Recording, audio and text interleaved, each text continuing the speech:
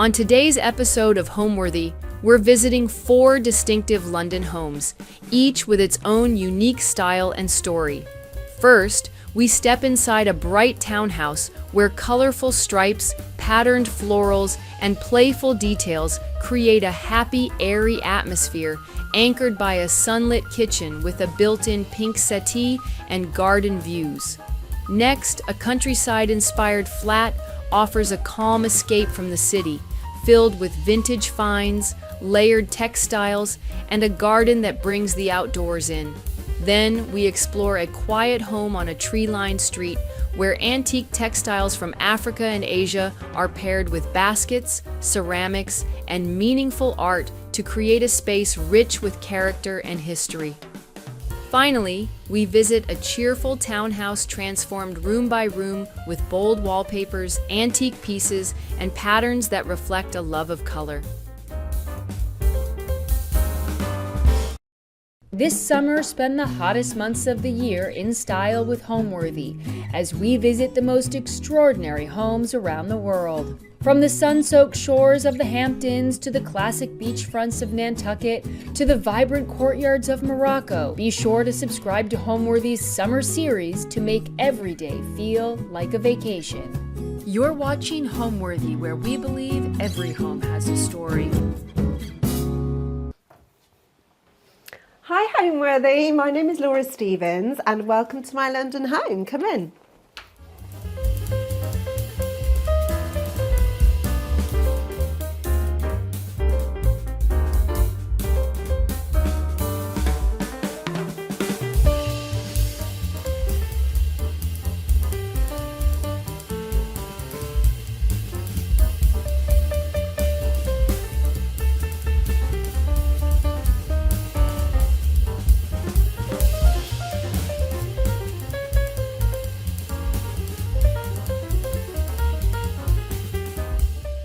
So this is a reception room at the front of the house, and I wanted to really create quite a formal but really comfortable aesthetic in this room.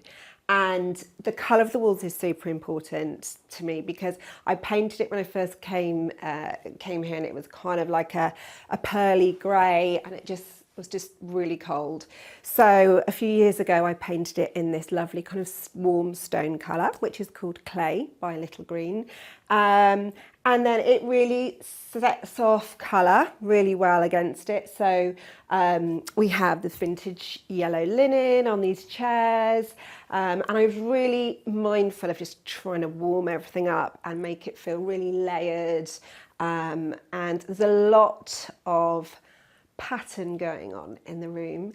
I have all these cushions on the sofa which are set against this stripe, and I really feel like stripe is almost like a neutral, so yeah, I love a stripe, and the pattern works really well against it. It doesn't clash. This is Lulu, she's trying to get involved here. I wanted to create some symmetry as well because I wanted to it really helps to add to that sense of formality. So it's a really nice layout, and the square aspect of this room really allowed me to set it up like a really formal reception room. So we've got a sofa, we've got 2 armchairs facing, it's really convivial, and it's all set around the fireplace. And the fireplace is original. We were really lucky that was there. The cornicing, I think, is a replacement of the original. It was here when we came in, but we're just so lucky with the proportions of this house because the ceilings are really tall and it's got a really grand feeling to it, and I wanted to really engage with that without making it feel like that we're living in a Jane Austen period drama, because I live here with my 3 children and my dog. So it's all about kind of celebrating the grandeur of the house, but being a really comfortable, practical family home. I'm not precious about it at all. As you can see, the dog is everywhere, even though I swore she would never go on any sofas. Obviously, gave up on that after about a week. But the symmetry again is reflected here in the windows. So we've got these really pretty lamps with big shades, and then I love a chintzy fabric, but my husband was like, not too much flower. So I chose this chintzy but quite sort of soft and subtle fabric from Colfax and Fowler for the drapes. And the rest of the items I've really just picked up over the years. I love collecting artwork. I had this really cute plate made of Lulu, which I love. That's one of my favourite things in the room. And that's by a ceramicist called Rabina Jack.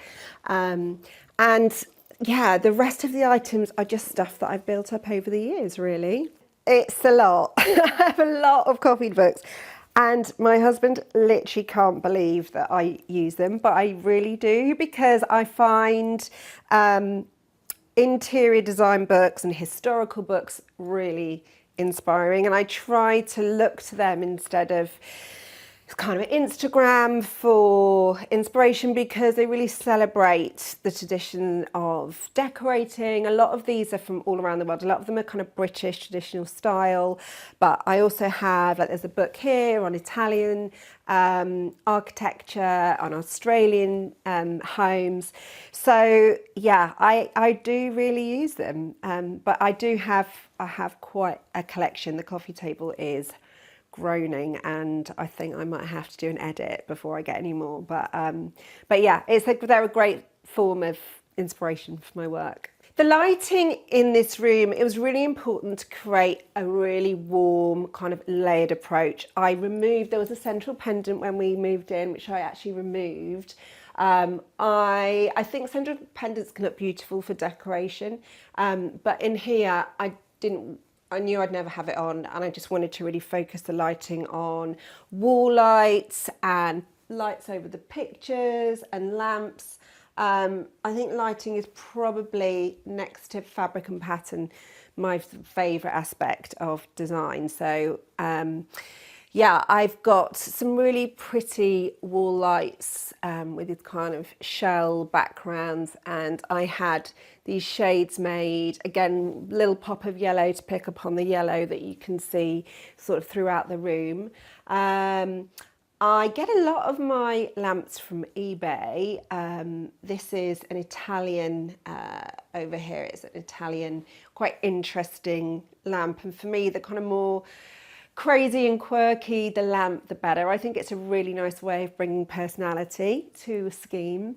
And I love the softness of pleated lampshades. I use them a lot, even in the kitchen, throughout the house, because they just create a really kind of soft, warm glow.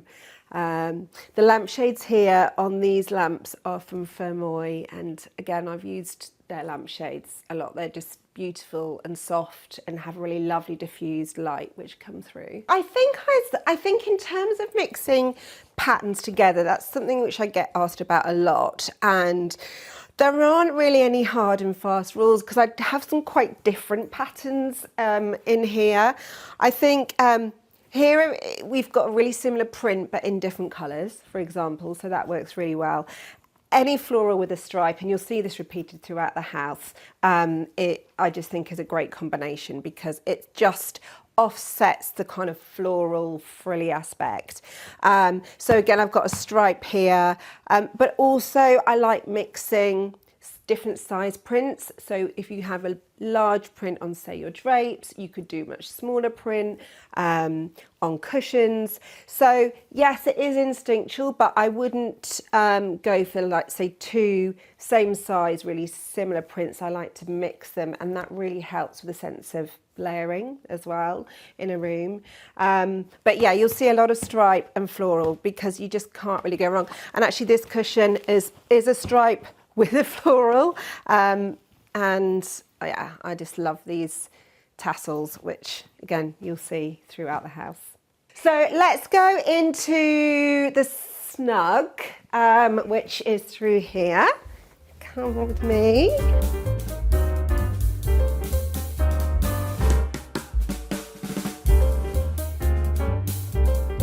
So welcome to our snug. This has gone from, when we first moved in, it was the least used room in the house, and now I think aside from the kitchen, it's the most used room in the house. It was a playroom, and my kids are now 18, 15 and 10. So I knew it wasn't going to be a playroom as such, but I wanted it to be a family space. It used to have a big chimney breast in the middle, which kind of changed the proportions and made it a bit awkward. So we removed the chimney breast totally and put in these two big steel beams. But this room is just blessed with such high ceilings. I knew that that wouldn't really be an issue, and you would barely notice them because, yeah, they're just crazily high ceilings. I think the ceilings are the highest in the whole house. And I replaced the chimney breast with this enormous built-in unit. I wanted to create a focal point. There's no fireplace or natural focal point in this room. I knew it wanted to be a TV room, and I mean, there are lots of very clever ways to hide TVs, but sometimes I just think, you know, we're a family, we watch TV, let's just own it and put it in a lovely piece of joinery. And they painted this, I'm not sure if you can capture it on camera, but it's like a lovely gloss blue, and the gloss kind of bounces the light around the room. It's quite a dark room, so that's why I chose the gloss, just to add a bit of reflection and light. Yeah, the drapes are really tall in here, and I chose this lovely kind of soft lemon yellow. I just wanted this room to feel really easy to be in, and I did play with going like really dark and cozy, which I might do at some point, but I just wanted it to feel just really relaxing, and just very informal.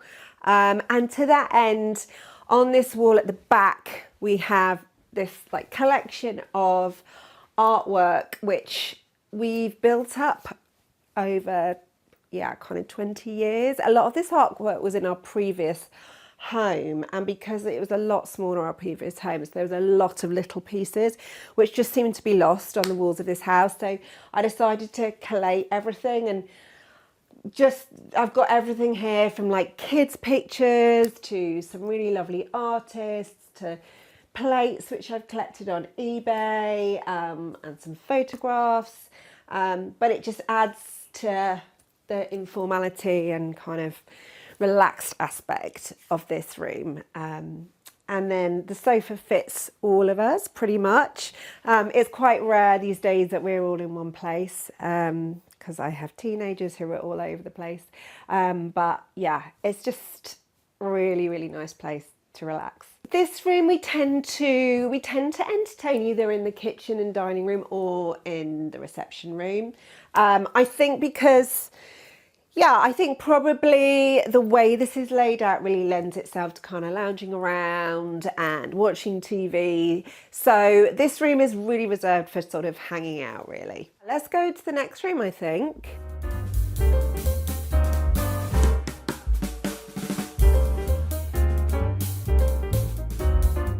So I'm going to show you my little powder room, or WC as we call it.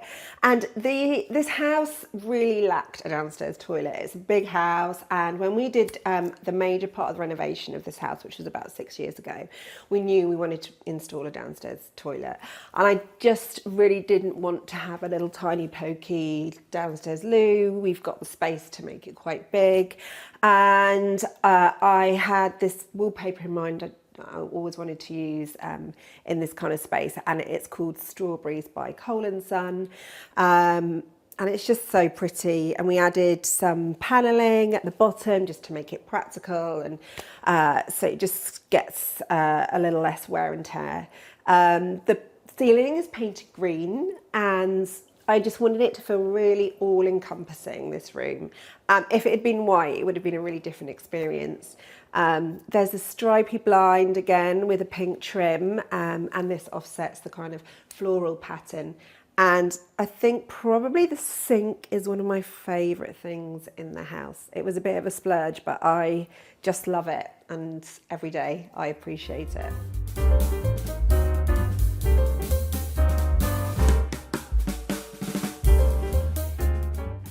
So this is our kitchen diner, and this is where we carried out the most work in the house. And what I fell in love with about this house when we saw it 10 years ago was the stained glass and this really unusual bay configuration of the doors at the back. The only issue with this room was that the side of the house wasn't here, so we installed that glazed roof pitched glass that you can see. And actually this room finished here where the steel was. So it was a great space, but it was really long and narrow and really dark. So we decided to insert the steel and extend this glazing outwards, and it's just really served to flood the whole room with light. And the sun is coming through to really show you what we mean. And I wanted it to feel really natural. I didn't want it to feel like an addition. I wanted to, really have it in keeping with the nature of the house. And the original cornicing was here when we came, and I wanted it to feel almost like an orangery, like a really traditional conservatory. So instead of kind of doing big glazed walls, we added these big windows, these sash traditional windows. And I'm really happy with it because it's very hard with London kitchen extensions not to make them feel like super modern and contemporary. So having this timber frame glazing was really key to making sure that it was in keeping with the rest of the house. So this has had a big transformation. The kitchen was at the back. We moved the kitchen along this wall here. I was really keen to have no wall units in this central space. I love decorative objects. We actually do use everything on the shelf, so it's not just for decoration. The bowls, the cups, the glasses, it's all a bit of a muddle, but it's just, I love it. It works, and because we use it, it kind of doesn't collect dust, and there aren't many places to have decorative items in kitchens, so it's really nice to have some open shelving. The colour of the units was actually inspired by the glazing. So that kind of sea green, seafoam green is one of my favourite colours.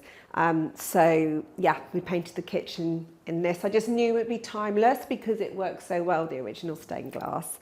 And we added these super pretty little brass shell handles. They're from Armac Martin.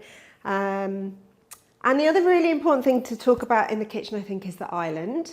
So the island is just literally like a table. I mean, it's got loads of storage in it, but it doesn't have a hob, it doesn't have a sink. And I really played with, like, should we put the sink here? But actually I wanted it to feel like a piece of furniture. So it's on raised legs, so you can see the floor go all the way through. And sometimes islands can feel really kind of chunky and blocky, and I wanted it to feel really elegant. And I wanted you to see the whole aspect of the room kind of through the island, which is why we raised it on the legs. So the kids often have their breakfast here, but it's just a great prep space. And it also means you don't have your sink with all your washing up and old pans and things on, so it's just kind of clean. And I just love it. We've got quartz on the top because I wasn't allowed marble. So one thing my family were like, you can't have marble, but in my next incarnation I will have marble. But it's a pretty good it's a pretty good replacement for marble. It's like a quartz and it's really durable. And I had this OG edge put on the island as well because I thought that it made it feel a little bit more like a piece of furniture, and that contrasts with the edge, which is a clean square edge on the kitchen. Because again, we are blessed with really tall ceilings in this kitchen, I didn't want to have any spotlights, and that was quite contentious again with my husband at the time because he's a big cook. He was really worried about not having enough light. So we did a range of different lighting. There was no ceiling lights, spotlights at all. We've got these 3 pendants which give you really good task lighting over the island, and then I've got these wall sconces with long arms, and they give you task lighting over the island. But really importantly, I think in kitchens people forget about the low level lighting. So over in the corner here I have this quite unusual, decorative, really large lamp. We have that on all the time. It's lovely for evenings. It's lovely when you're eating your evening meal. I've also got another table lamp over here in the corner. And in fact, I've got another lamp. I've got a lot of lamps in here. I've got this really cute little vintage lamp on the shelf. But it really means you do not miss those spotlights. And in some kitchens where the ceiling is lower, you can't get away from them and you need them. But yeah, I just knew that we could get away with all these different layers of lighting, which is just much softer and warmer, but actually really practical as well in terms of task lighting. So my husband was worried he'd have to kind of make dinner with a head torch, but that's definitely not necessary. Okay, so this, I created this little kind of inbuilt sofa. I wanted somewhere where the family could kind of sit and chat. I was going to do an actual sofa here originally, and then when I saw the space, I thought it might lend itself better to something that was built in. And I did this. Scallops seem to be everywhere now, but I did do this about 6 years ago, and I can't quite remember where I saw the concept, but I just loved it, and I wanted to make it just an interesting, pretty kind of vignette from this side of the kitchen. So yeah, I mean, people lie in here, teenagers lie in here with a hangover. We sit here with a coffee and our breakfast, and it's a really nice aspect because you can see the island, you can see out to the garden.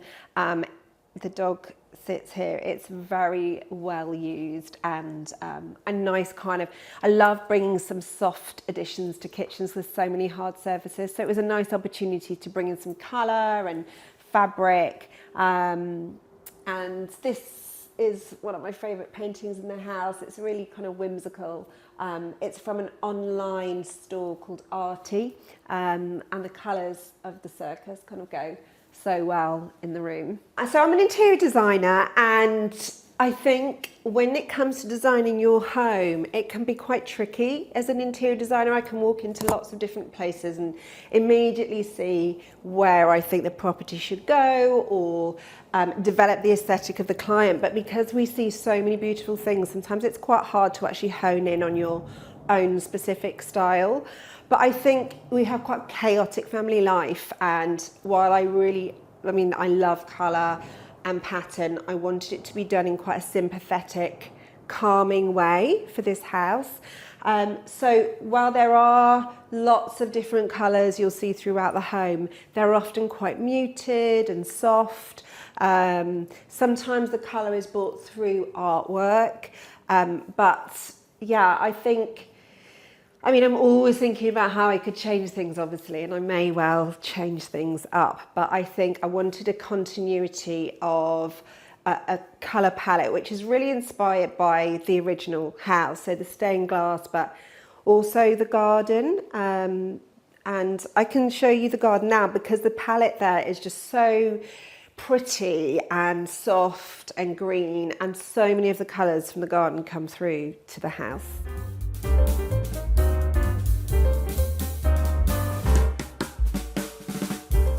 This is our garden, which is actually quite a good size for a London garden. We're really, really lucky. We rebuilt the wall at the back, but otherwise it's more or less kind of how we found it. We did some planting when we first arrived a few years ago, and I really wanted it to feel like a really kind of country garden in the city, so lots of roses. It's a really summer garden. Green, lots of different shades of green, and there's lots of layers to it. So there's trees, tall trees, smaller trees. It's a work in progress. It's not finished. But I love going to antique fairs, so I'm always collecting like these kind of French tables. So over here is one of mine, and it's really kind of rusty, but I love it, and I put all my pots there. So yeah, it's one of my favourite things, is kind of just being in the garden. I feel like it's not work to me, whereas sometimes I feel, because I'm in interiors all the time, doing stuff in the house can feel an extension of that. But I really find being in the garden just really calming, and it's a lovely kind of mindful place for me to be. I love it. So yes, a lot of the colours inside the house I wanted to really marry with the colours in the garden.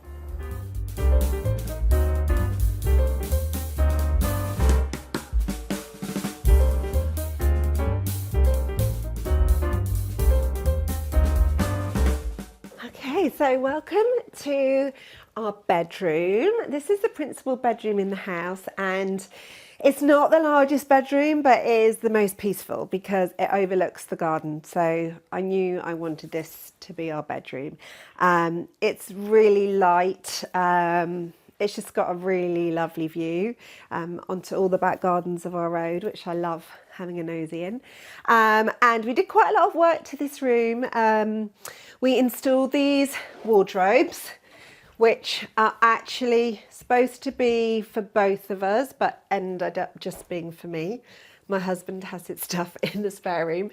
And I lined them with this pretty fabric because I find that just helps to stop that kind of blocky feel that these big built-in wardrobes could have. I want it just to look sort of pretty and soft. The fireplace was here originally, so again, we were really lucky to have that.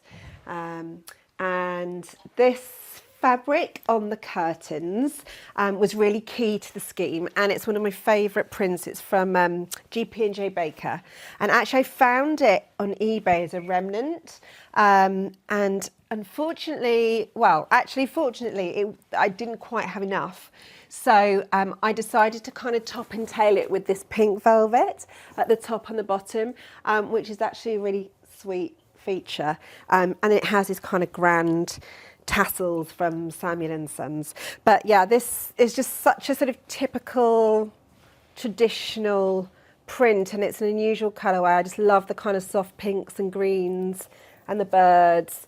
And then I knew I wanted wallpaper in here, but I knew it also needed to be calming for a bedroom. So we have this like really subtle pinstripe wallpaper from Colfax and Fowler that sits really nicely against the curtains.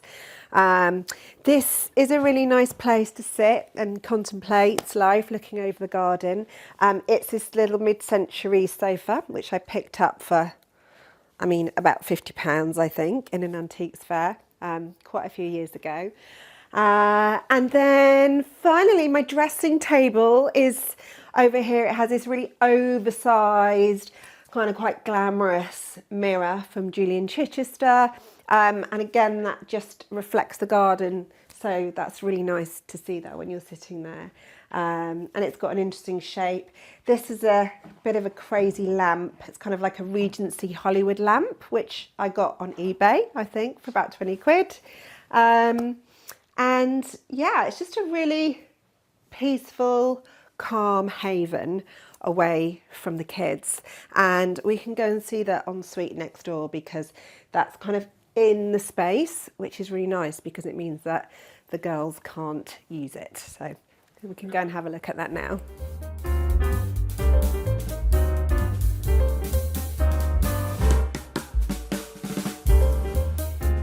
This is our ensuite bathroom. There wasn't room for a bath, so to compensate for that, we did a really big, generous walk-in shower. And this lovely vanity, which isn't antique, but it's got the feeling of a kind of French Parisian vanity. We used unlacquered brass, which from Water Monopoly, which is I've tried to use throughout the house. It really develops this lovely aged patina, which I think just gets better with age. And I don't really, I clean it, but I don't clean it until it's shiny because I just love the patination on it.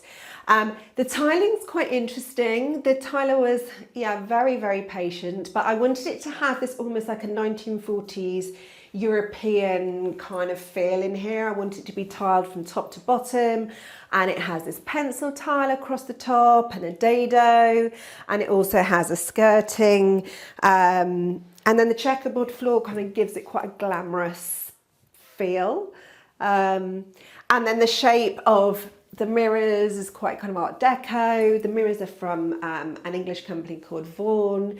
Yeah, and it's a real sanctuary actually, this bathroom. I absolutely love it.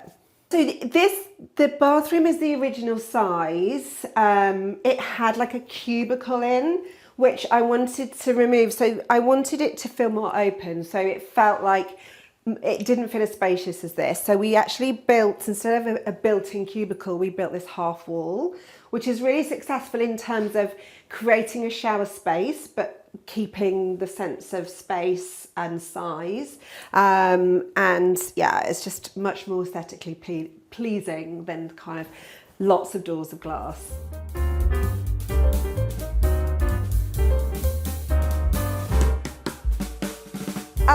So if you come upstairs, the first of the bedrooms to show you is my youngest daughter's room. So come in. So this is my youngest daughter Sky's bedroom, and we worked on this together, this room. She is an interior designer in the make, and she was really keen to be involved. So to give her an element of choice, and I often do this with my young clients, is it's really important they feel involved and they're making decisions, but I try to give them edited options. So I was actually really pleasantly surprised that she chose this wallpaper, which is a William Morris design called Daisy, which is the name of one of my other daughters. But it's just really classic, and I love that blue and white colour scheme. And we really took that and ran with it. So we did the stripy blind, and again another stripe and floral, and it has a really pretty little bead trim.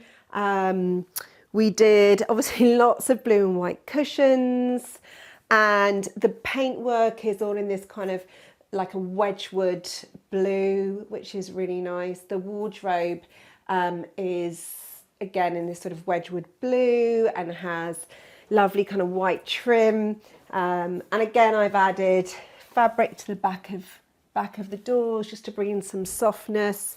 And the same fabric is on this really cute little lamp, which is from Anthropology, and we had this lampshade made for it.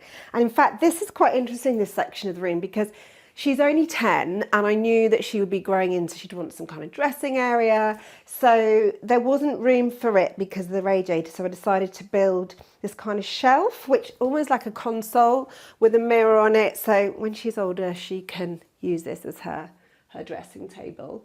But other pieces in the room which are quite important. So we did bring in some yellow to kind of throw in there with the blue and white, and make it feel kind of youthful and fun. This is a piece we found on eBay and I had painted. And then very importantly, her bed, which is quite a thing. We had this lovely canopy made because she is only 10. This would be really easy to take down when she's older, but she loves it, and she loves kind of going in and feeling really cozy and enclosed. And it's got this beaded trim on it again. She's probably got the best bed in the house, actually. It's the most comfortable, and she actually does make it like this every day with every pillow. I can't imagine where she gets that from. So we've got, oh my goodness, we've got 1, 2, 3, 4, 5 fireplaces in the house. So this isn't a working fireplace, but this is a really particularly pretty fireplace actually. When we bought the house, the original tiles were really cracked and sort of falling apart. So we did actually replace the tiles on the hearth and on the sides. But yeah, the fireplace is original, and we're just really lucky because it does really give the room so much personality and character. And a really nice focal point as well.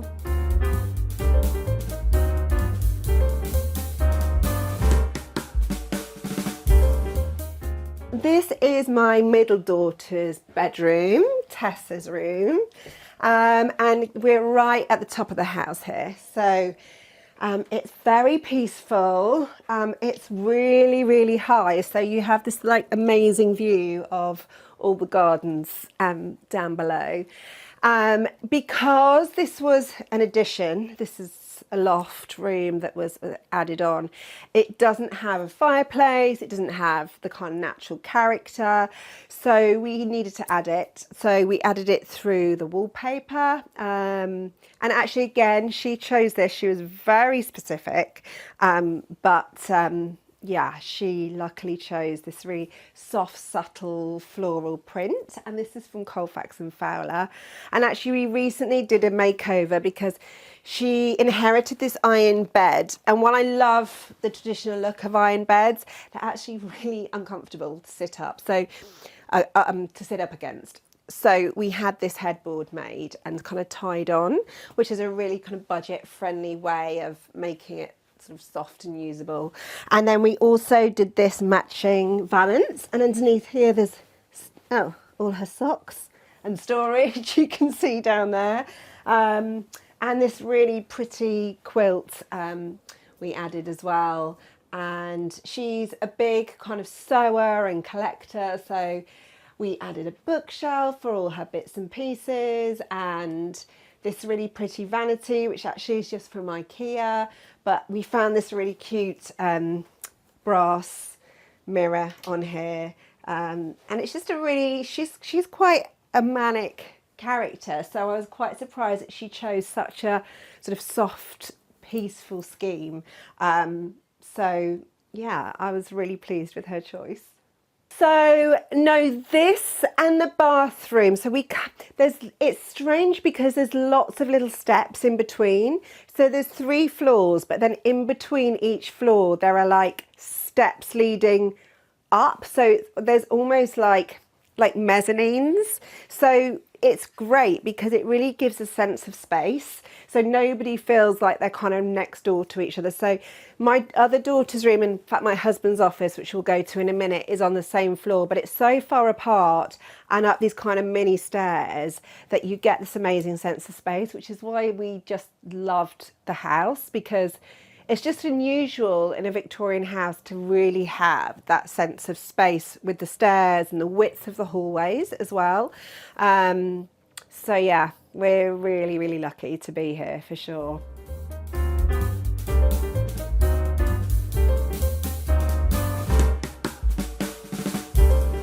So we're still on the top floor here, and we had this like huge vast wall which I just wanted to do something with. It just ended up having loads of handprints on it when it was painted, so I decided to put this wallpaper, which is a vintage print from William Morris, and it just serves to give this hallway some identity. Hallways can be really tricky to decorate because they can just feel really transitional and there's no focal points.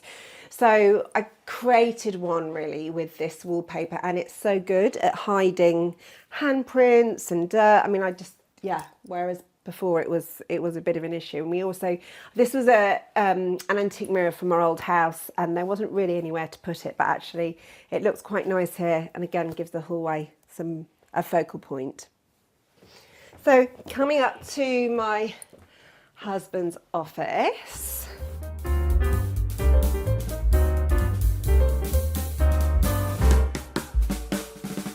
Come through here.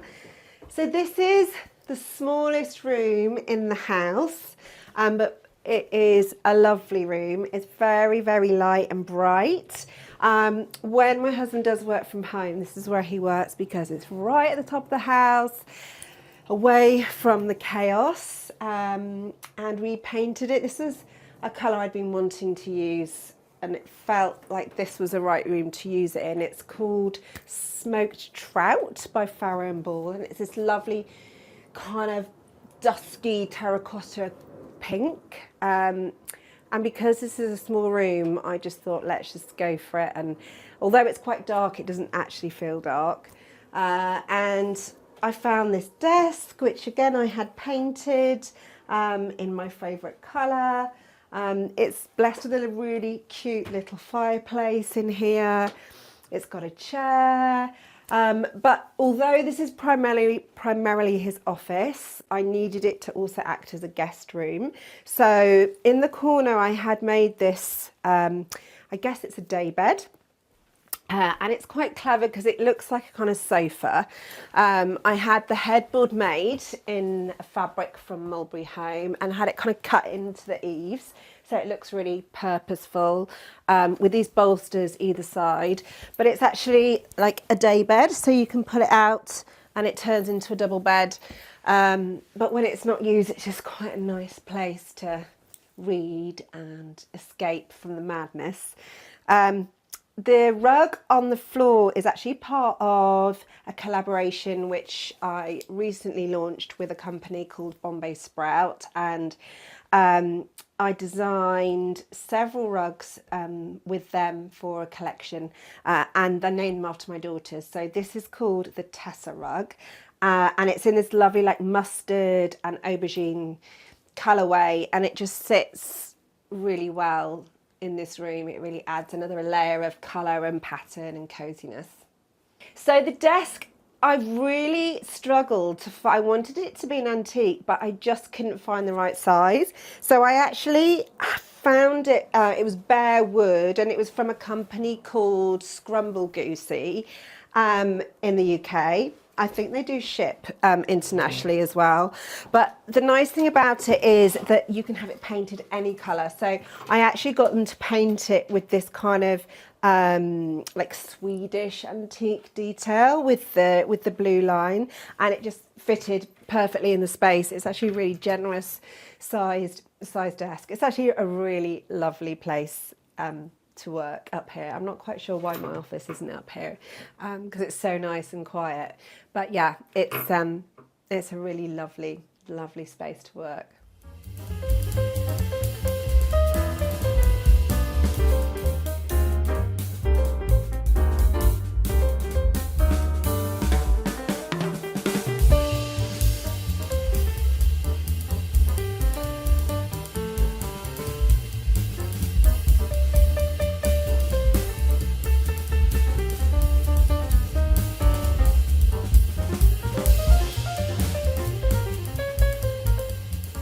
So what makes a house a home? I think the answer to that has to be the people in it. To make a beautiful house is one thing, but to really live in it and to have your own pieces and to make it feel personal to the people who live in it really make it a home.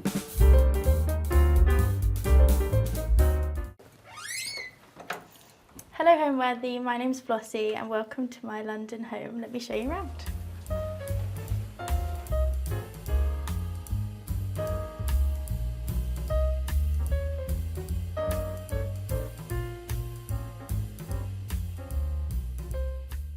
You're watching Homeworthy, where we believe every home has a story. Hi, my name's Flossy and I'm a content creator in London, and welcome to my home. So when I was looking for kind of where to live in London, I always knew I wanted to live kind of southwest London and wanted a bit of a project. So we got this flat and it was not really kind of what I wanted at all. But I lived in the space for about kind of, I think 3 or 4 years, and then decided to fully renovate the space and make it more homely, because before it was just a bit run down. To get to where it is now, it's actually probably taken me nearly 4 years. For only now it's kind of got the finishing touches that I want and my personality in it. I'd describe my home style as traditional English countryside, but with a contemporary touch. The way I wanted to design this place was to have the feeling of the countryside in the city. I'm from the countryside and I absolutely adore it. I feel very at home there, and I wanted to have that feeling, but where I am obviously every day, and bringing that into London, which I think can be a little bit difficult, but it's just nice to have a bit of an escape from the kind of hustle and bustle of the city and it be a bit more calming and a kind of countryside feel. Welcome to the kitchen. This room has had the biggest transformation. So I added an extension. This part of the room was actually outside and leading into the garden before, and this also used to be partly the bathroom and then my bedroom, and so it's had a huge glow up. It is turned into a gorgeous kind of open plan kitchen living space, but just perfect for hosting. And again, I've used green, but I really wanted to have a vision of having a pink kitchen, but I didn't want it to be overly pink. So I decided to use a kind of more dusky paint, so that's Farrow and Ball setting plaster paint, and then adding in the green on kind of the cabinetry, which is Little Green, Wimble Lane. And it's just, I love the pink and green. It's not everyone's taste, but actually I've had a lot of people say that it's not too overly pink and green, which is great. And then I wanted to have glass cabinetry to show off the glassware, show off kind of the mugs and cookbooks, and just have it looking nice and pretty. As much as I love open shelves, and I have some over here, I think for me it wouldn't really have worked. So I'm really glad we could add this in, and it just feels a little bit more kind of like a countryside kitchen. It's a shaker style kitchen that I got made by a company in Leicestershire, and it was just very easy, very simple, but I think it just looks a bit more elevated. And I've added these door cup handles and doorknobs that add kind of still a contemporary feel. They're probably a bit too contemporary for a typical countryside kitchen, but I wanted it to still feel like we're in London, but have the nods to the countryside. So these shelves were actually from an antique shop. I got them for, I think they were probably £5 each, and I cleaned them up and we put them in here. I think it's just so nice and adds a bit of fun to the room. And I absolutely love knickknacks and little trinkets, and it's really hard to not buy them from antique shops. So that's where I store everything. I change these around all the time. It's fun to kind of have an ongoing project, even though it's a little bit smaller. But all of these pieces pretty much are antiques. Some of them are quite sentimental to me, or I've been given them. These things, this is Anthropology, but my favourite artist did a collaboration with them, Luke Edward Hall, and I just love kind of the more contemporary style with a mixture. I've got a lot of nods again to the countryside and country sports. It's kind of what I grew up with, and it's nice to have that here. And then nods to, I've got a lot of fish in here. I spend a lot of time in Norfolk, and we have a lot of fish out there, and it's just really nice to kind of have that link. Even though it's very subtle, I know that it's there. I just kind of pick up things every now and then, and from little markets or anything I like the look of, I'll pick up. I am very traditional and love kind of British and royal memorabilia, so I have these very old coronation cups, and it's just nice to have that, especially obviously being in London. It's just a nice nod to the culture, I guess. This I found in Home Sense, and it's just really fun. I just love the colours. It's a bit silly, it's a bit garish, but I think it somehow just works. I find with all of my pieces, if I like them, I'll probably make it work. This, people thought I was crazy, but I think it works really well. It's nice. And then again, I just kind of add pieces that I enjoy. Again, this was actually another Home Sense fineness lamp. I really wanted something tall to go in there. I just felt like it was a bit of a dead space. And it's not the most kind of attractive with the screen, so I just made it a bit more me and a bit more fun, and added that. And another, this is a gluggle jug, and it's one of my favourite pieces. It's just really fun because when you pour the water, it makes a gurgling noise. And my family have had one of these for years. It's just a very nostalgic memory to me, and I wanted to get one. So obviously it had to be pink, but I think it goes really well in here. And yeah, just nice little herbs. Again, this is just pot I got from an antique shop for I think £1, and it's just nice to add bits and pieces that are not kind of too precious, but you can make them look really pretty in the space. Even things like this area, it's just fun to style and play around with. This is a teeny tiny antique butter dish. I probably won't ever use it for butter, but I just think it's really sweet and adds a little extra touch. And even things like this, an oil painting. I found this on Facebook Marketplace, and I just think it adds a little bit of extra detail to the space and a bit more colour, which I definitely don't shy away from colour. I don't think you should, but yeah, it just adds all those extra little pieces and draws the eye to different areas. And I find when people do come and spend time here, they're always looking at different pockets and different things, and I've probably changed things since they've last been here, so it's nice, and it's also a bit of a talking point with everyone. Even though we made the space bigger, we still kind of not struggled with room, but we had to really think about how to put it together. And my amazing architect and builders from Bashtan were amazing at kind of deciding what would work in here, because obviously they've done a lot of projects before, and I wasn't too sure on how it would fit, but I knew what I wanted. So we put the fridge in here, and then we have a double door larder cupboard. I've always dreamt of having double door pantry, and so I had these ones made, and it's just nice to have the spice is in the door and just have a space to put everything, and it still look in keeping with the rest of the cabinetry, and have a dedicated larder space. And I just think it's one of the things that I had that was on the top of my list that was a must, and they made it work, so that was great. So as I keep saying, a lot of my things are secondhand or from antique shops, and I just pick them up every time I see them. So even these pieces, this from a charity shop, this was from Sudbury Antiques Fair, and also even things like this, the doorstop.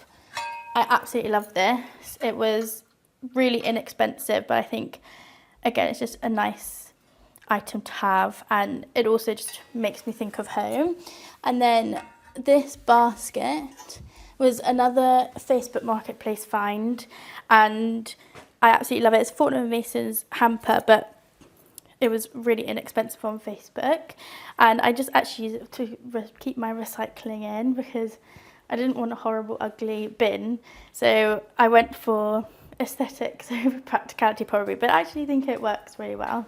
Another thing on my list for the renovation was to be able to have space for an actually decent sized dining table. Before I only had a 2-seater table, so to go from that to this is so nice. It just means I can host more.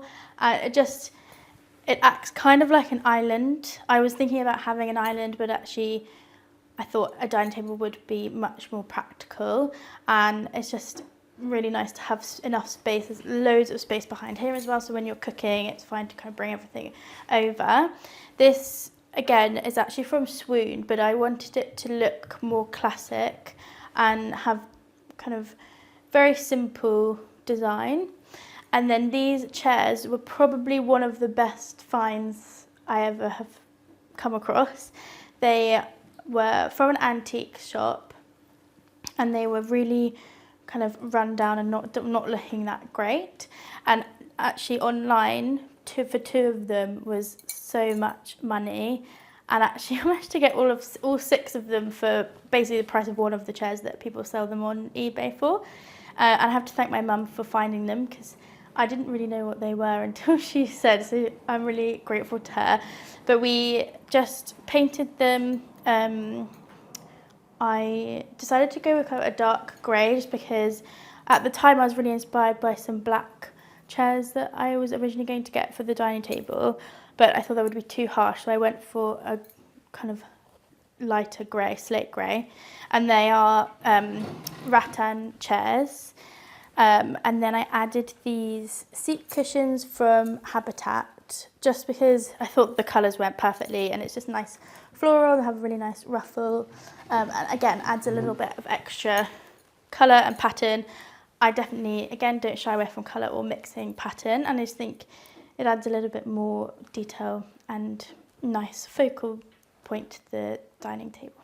So originally this nook was meant to be a desk, and so we added in this what would have been an extra little bit of desk, but it's turned out to come into my coffee station, which is one of my absolute favourite features of this room, and I just love my coffee machine. But it's just really fun to add little bits and pieces to it just to style it up. I have a lot of bits and bobs, and it might be a bit overwhelming for some people, but I think it's nice to have everywhere styled.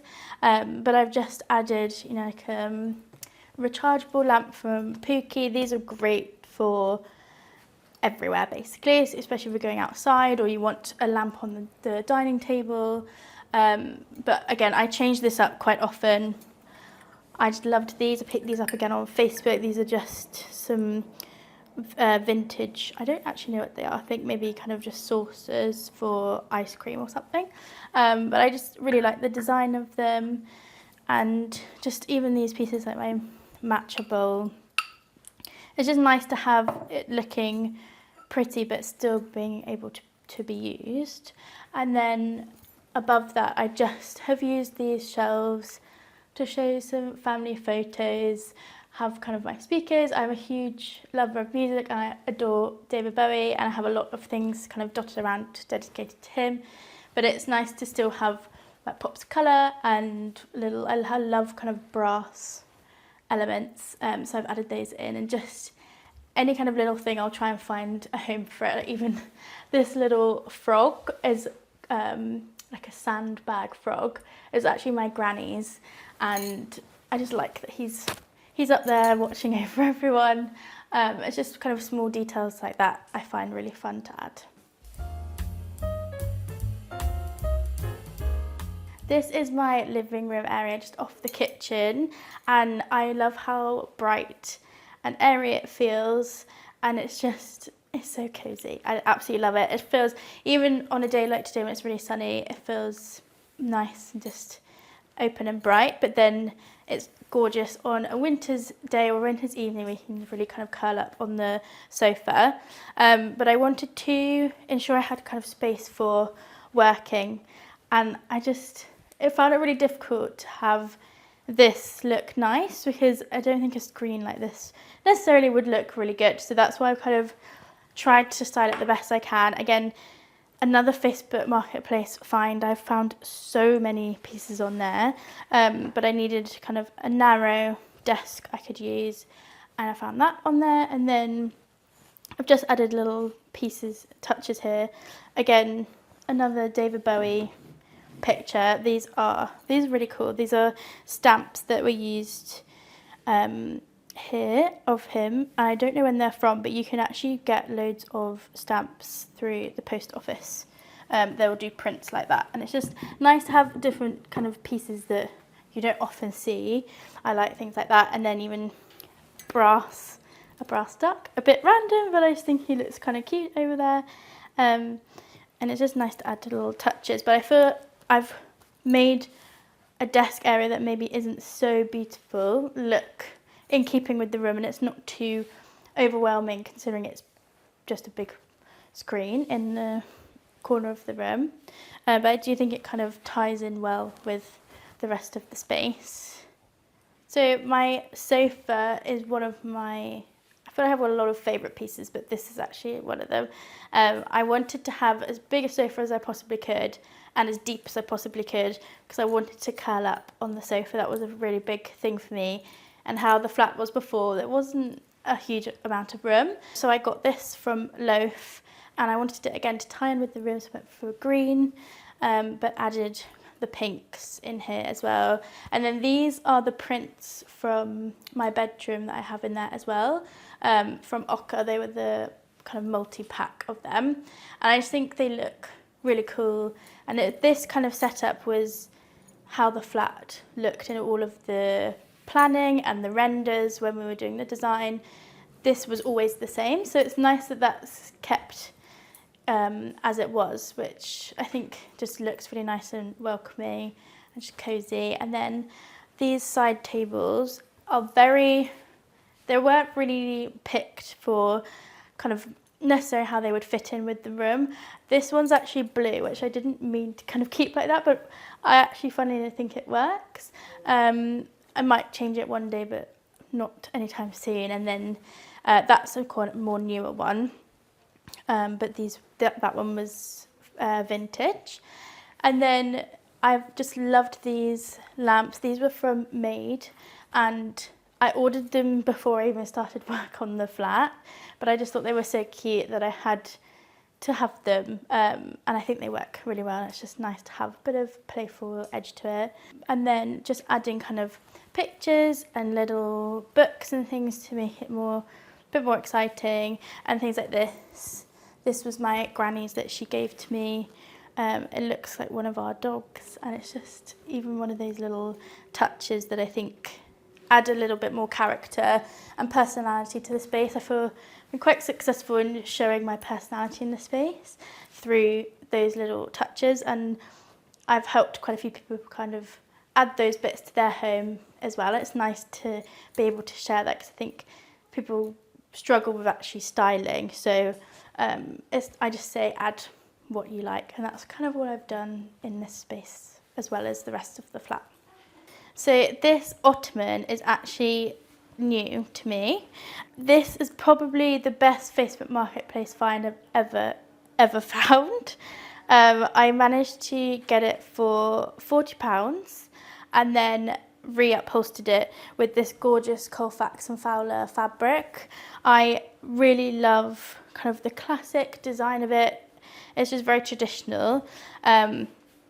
And I wanted a storage ottoman like this, but I just couldn't quite find the right thing. So to be able to find, after it was actually months of looking for an ottoman, I managed to find pretty much the perfect one. I just needed to reupholster it. So it was really fun to do. And then I've had a lot of fun styling the top.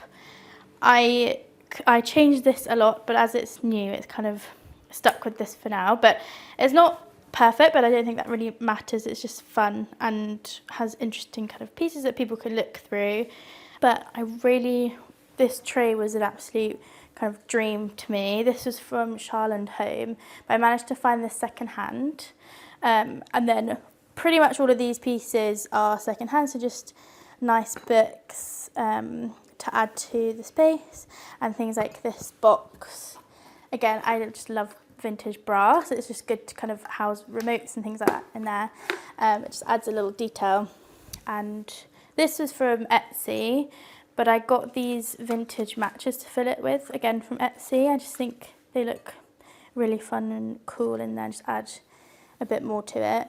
And it's just nice to add different kind of shapes and things like that to the top of it. One of my favourite ones is this trinket dish. This is Richard Ginori, but it's with Luke Edward Hall, which is one of my absolute favourite artists. And it's just fun to add those little elements. Also crystals. I've got quite a few crystals around the flat. And things, even just kind of the Country Life magazines, and just it's just fun to play with and add the bits I have just around. I will move things from the shelves to here, I will move things from here to the bedroom. It's just fun to kind of bring things back and forth and have nods to kind of the vintage side, antique side, and my style in here. But it's just, I think this is such a cool piece and adds so much to the room. Before it was a small kind of footstool, and I just think it's a bit of a wow factor, and I absolutely adore it. So another element I really wanted to have was built-in cabinetry, and with the kitchen obviously being in the same room, we kind of had to incorporate that into the rest of the kitchen cabinetry. So it's nice to have storage underneath here, but then also to have the TV, and even though obviously it's a big screen, it's not too overpowering, I don't think, and it's just cool to have all the pieces on the top and just show a lot of colour and fun things. This I have styled, but it's full of things I absolutely love, and I do think it kind of just manages to work. I do find that a lot with the rest of the flat, but this was kind of less design focused and more kind of my personality focused. Even things like, I'm a huge F1 fan, so I've got my McLaren Lego up there.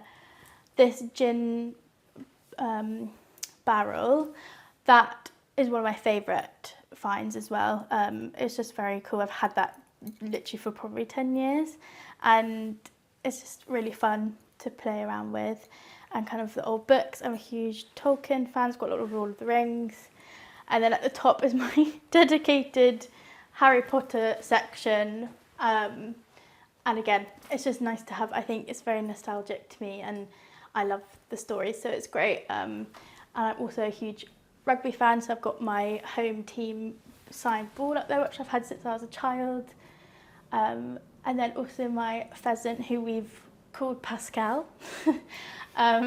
He's just fun. I really like it. Again, it's just a countryside nod, and it's just really fun, and it might be a bit kind of different to add it into a contemporary space, but I think with how I've done it, it manages to work. I know it's not for everyone, but it just feels like home to me.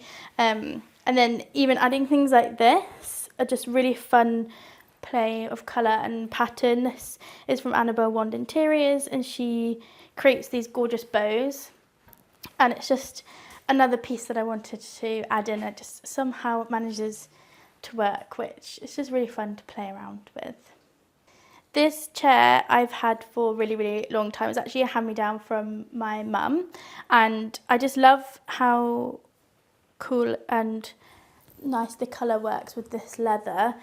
It probably could do with a little bit of work to it and a bit of added bit of love to it, but I just really like kind of how classic it is. Again, it's more contemporary, but I think with, you know, adding like this cushion, and my friend makes these quilts. She's got a company called Bengali Quilt Company, and she sources all of these from India, and they're just beautiful and the perfect colour combo for this room. I just think it's nice to, you know, even if you do have a piece that potentially might not work fully, but you can add little touches to incorporate it with the rest of the space. So as I host a lot, a bar cart was a bit of a non-negotiable for me, and again, my wonderful mum sourced this for me. This is, I actually do think this is my favourite piece in the whole flat. It's absolutely gorgeous. I don't know how old it is, but it's really, really well made. So it's lasted a long time. It's got these gorgeous legs here, and even just kind of the scallop edging. And one of my favourite features is that you can have your little stand to serve the drinks on. It's just really, really fun, and everything on here is a huge mix match. So a lot of people ask me about this. This is actually an ice bucket, and again, I think my mum gave me that as well. And that was from a vintage shop, and things like this. This is from Oliver Bonus, all new. This is from H&M. These ones are all vintage again. I just kind of find bits I like that I can kind of play around with. Another one of my favourites is this lighter. It's just really cool, and I think adding little fun touches like that. And this lamp from Pookie adds just the colour to it, bit of height as well. But it's just fun to house all of the drinks underneath, so I can make anyone a cocktail if they fancy one. So behind the bar cart is a little hidden surprise in what was the chimney breast. And I've just housed my record player and vinyls in there, and it somehow miraculously fit exactly perfectly. But I just think it's a nice way to keep it out of the way, but utilise the space that was there before. So now let's step outside and go into the garden.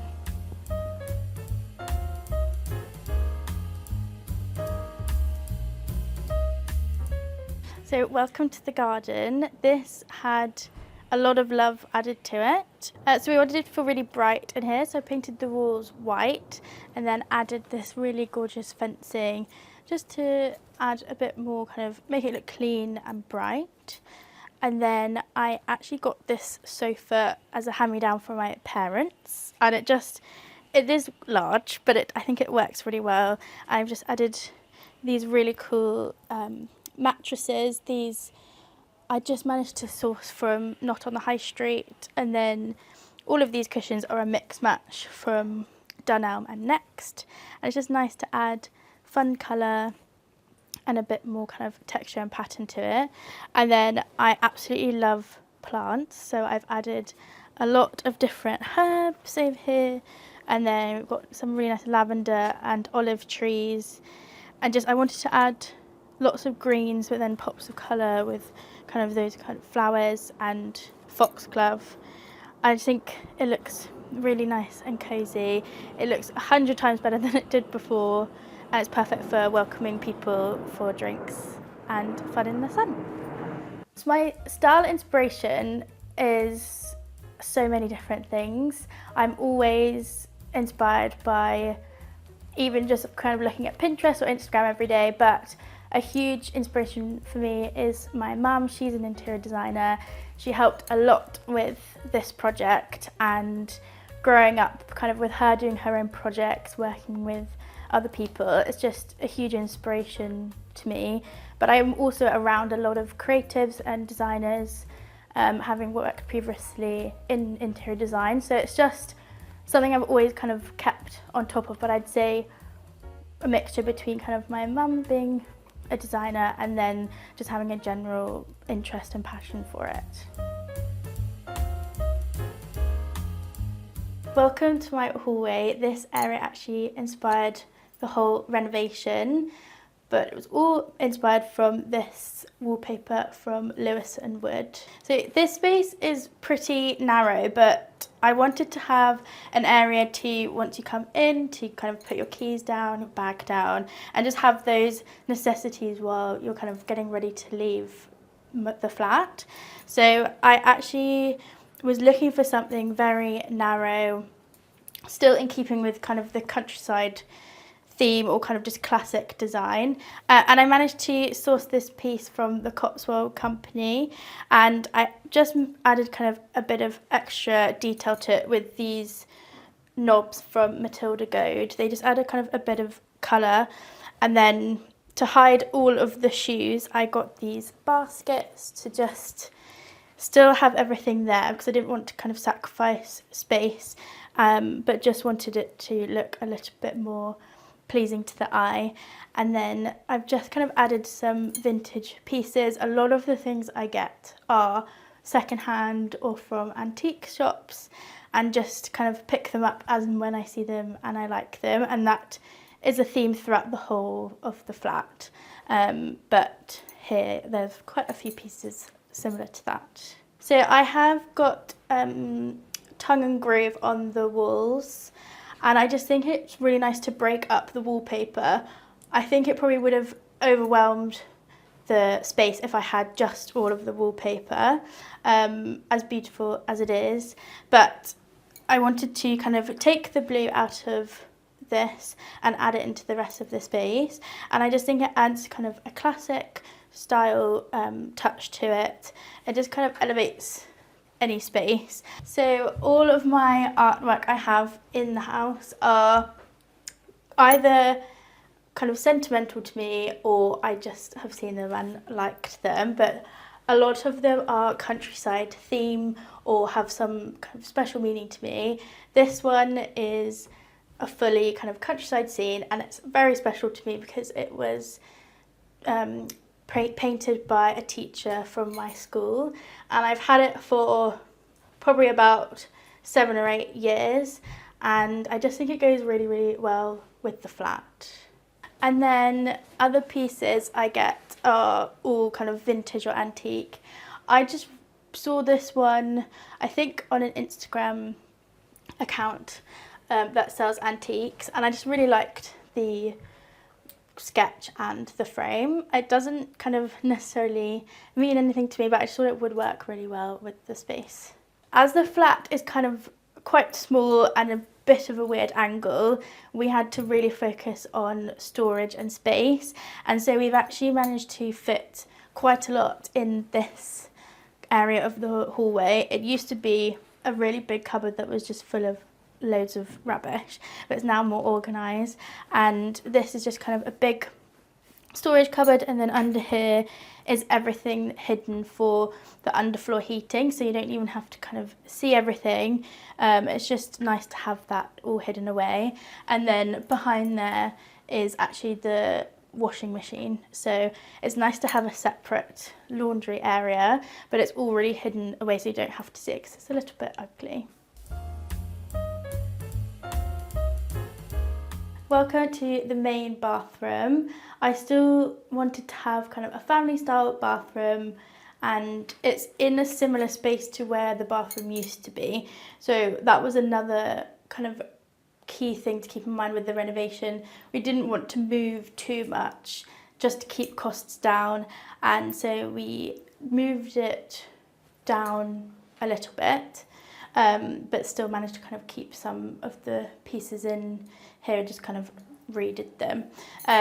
But I absolutely love the colour green. It's one of my favourite colours, and I've used it a lot in the flat, but I think this one's just a bit more of a kind of darker, different green to the other ones I've used. Again, I've used tongue and groove in here as well, but I just think it works everywhere, and it adds a little bit extra kind of design detail, especially around kind of the loo area. That just, to me, was a little bit boring before, but I think now it looks more designed and styled better. But I think in here, there's not too much that's kind of super special, but I wanted it to still feel really homely and definitely not like a very city bathroom, and I don't think it does. Again, with the flooring, it's still the same wooden tiles, and we've added the tongue and groove around the bath as well. So this sink unit is just from IKEA, and I wanted to keep it really simple but still kind of classic. I didn't want to be spending loads of money on a kind of special sink, but the way I've kind of added it and made it a bit more special and a bit more my style is by adding more of a kind of classic design tap and things like these coloured knobs from Matilda Goad, and just even small design additions that make it a bit more special, especially like the prints on the wall just makes the kind of sink area look and feel a bit more put together. Welcome to my bedroom. This used to actually be the kitchen.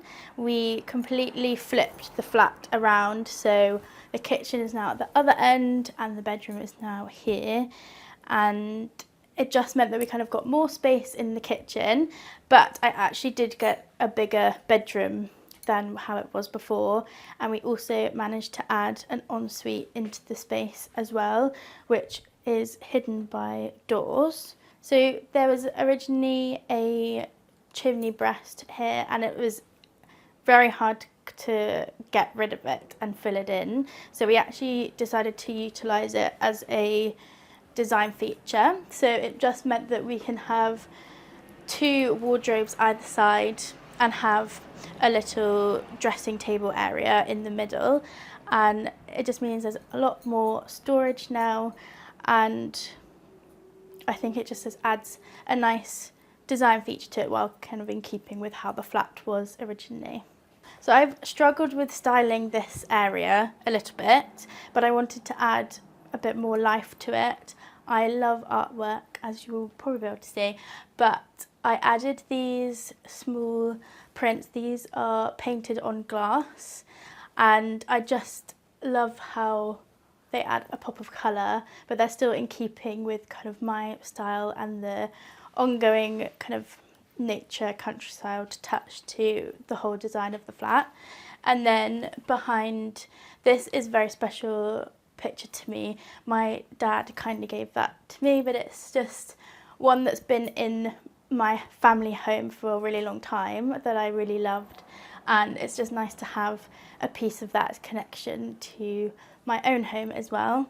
And yeah, it's just very in keeping with my style again, and I've just made this kind of vanity area.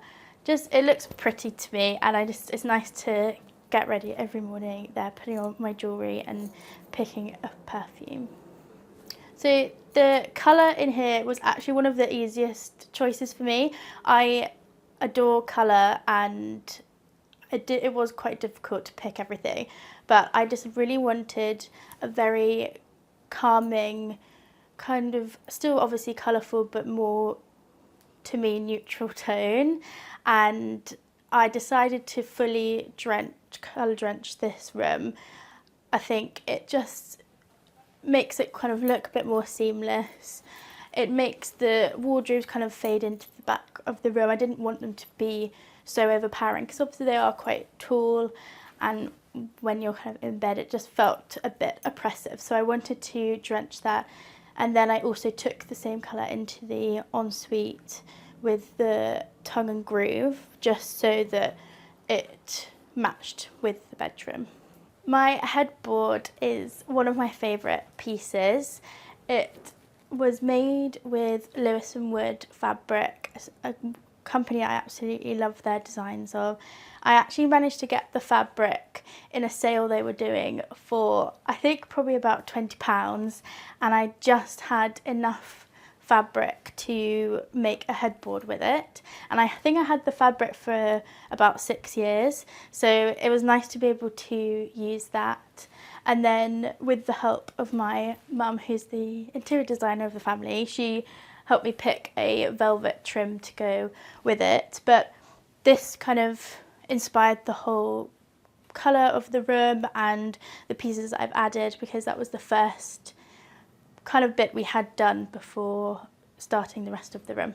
So I like to mix and match on bedding. It's usually pink, just because that's what I like, but I like to mix the florals with the stripes and the textures as well. So I've just got linen bedding with these kind of linen ruffle cushions, and then I wanted to add a bit of a stripe, and again a nod to kind of the classic design features with a ticking stripe. And then I've added this gorgeous quilt from Rosanna Faulkner, and it just, again, it's kind of a girly floral touch, but I think it's still quite classic in keeping with that design, and it just felt to me very nice and cozy. So the prints above the bed are from Ochre, and they came in a big kind of multi-pack of prints. I just think it's really nice. It's not too overwhelming above the bed, and I just think they go really well with the colours and everything as well.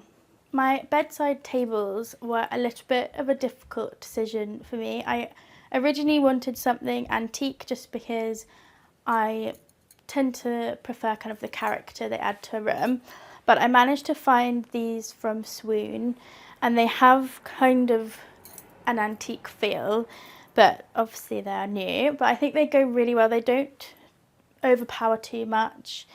They go with the tones of the room, but then I have added some antique vintage pieces on top, such as this lamp, but then added a fun shade from Pookie.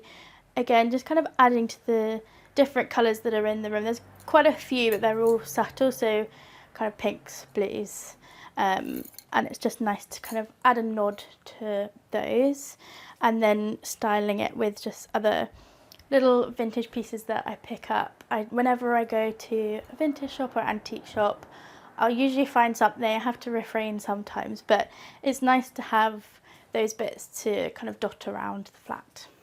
So along this side of the bed there isn't too much room, but I had this bookcase which is actually my grandpa's, and it is the perfect size for this space. It's just nice to again have an antique touch to the room and just another fun place to style. I love styling different sections of my room, but I've added a bit of colour with this urn from Lamp London, which is a new purchase for me, and I just think it adds a lot of fun colour. And then again, just with some antique books and little touches. Also, I love this Soho Home lamp. It's a bit modern for me, but I actually I loved it so much that I wanted to try and challenge myself to see if I could fit it into my style, and I think it works perfectly for a bedroom. As my bedroom is onto the road, I wanted to have privacy but without sacrificing light, and so I added these shutters. They're very classic for the area of London I'm in, and I just wanted to have that nod to it, but also obviously with the light, and it's just great that I can open them up and have them letting all of the sunlight in, but then obviously when I want to go to bed and have a bit more privacy, they fully kind of block out anything, which is just really nice. I can have the best of both worlds. This ensuite was a bit of a labour of love. It was a very tight space that we didn't think we could fit it in, and the builders did not think it would work, but actually luckily it has, and I'm so happy that it has worked. It is everything I wanted, but my kind of favourite bit is that you can shut these pocket doors, which is so fun and just nice to kind of hide it. I don't really shut them very often, but it's nice to have the option.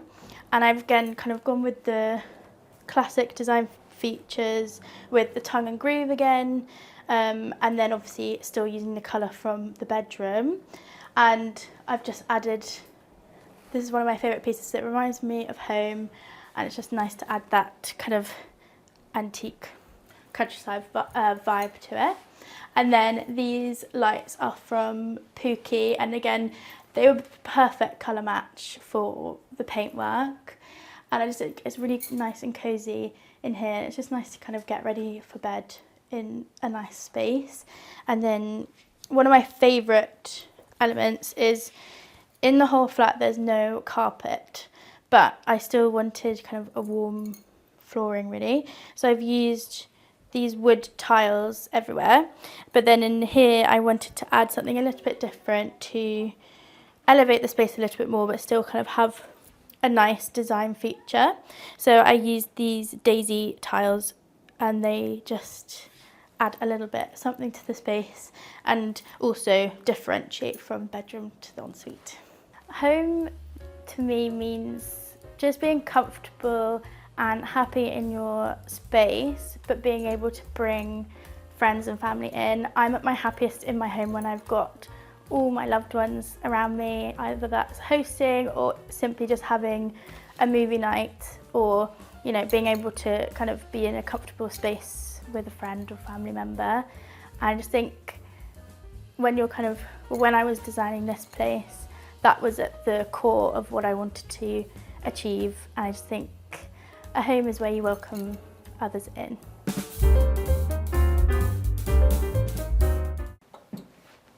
Hello Homeworthy, I'm Molly Hogg. Welcome to my home in London.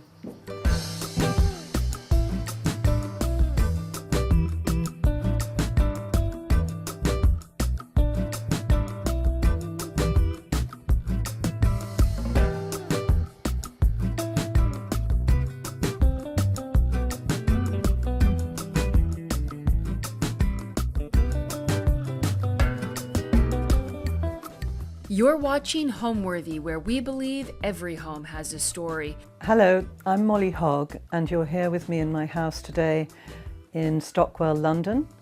I deal in antique textiles from Africa and Asia. So I found this house after moving from a different area. I started to look in this area. I'd lived in South London before, and I was looking in a square just over the way, and then this house came on the market, and it was perfect size. I live in the gardens, which are incredibly quiet. There's no through traffic. In fact, it's probably quieter than the countryside.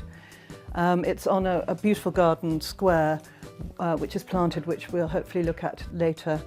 And I've lived here for about 14 years with my husband and our 3 daughters. My house, you enter, and unlike a lot of London houses where you enter the front door and the staircase is straight in front of you, this house rather charmingly enters and looks straight through the house to the garden.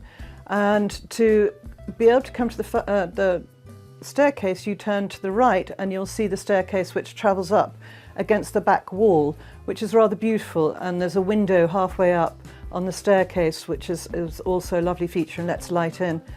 There is a basement flat which we have kept as a flat. A lot of people make their kitchens in the basement flats, but because we have this extension at the back, we've been using that as a kitchen instead.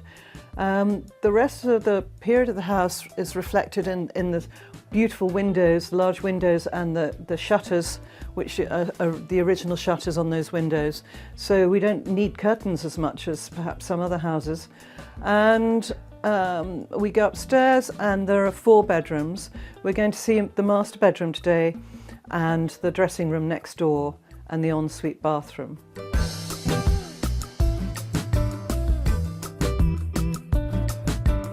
So this is my hallway. The front door was behind you, and you come in, and I have hung a vintage Susani, which is from Central Asia.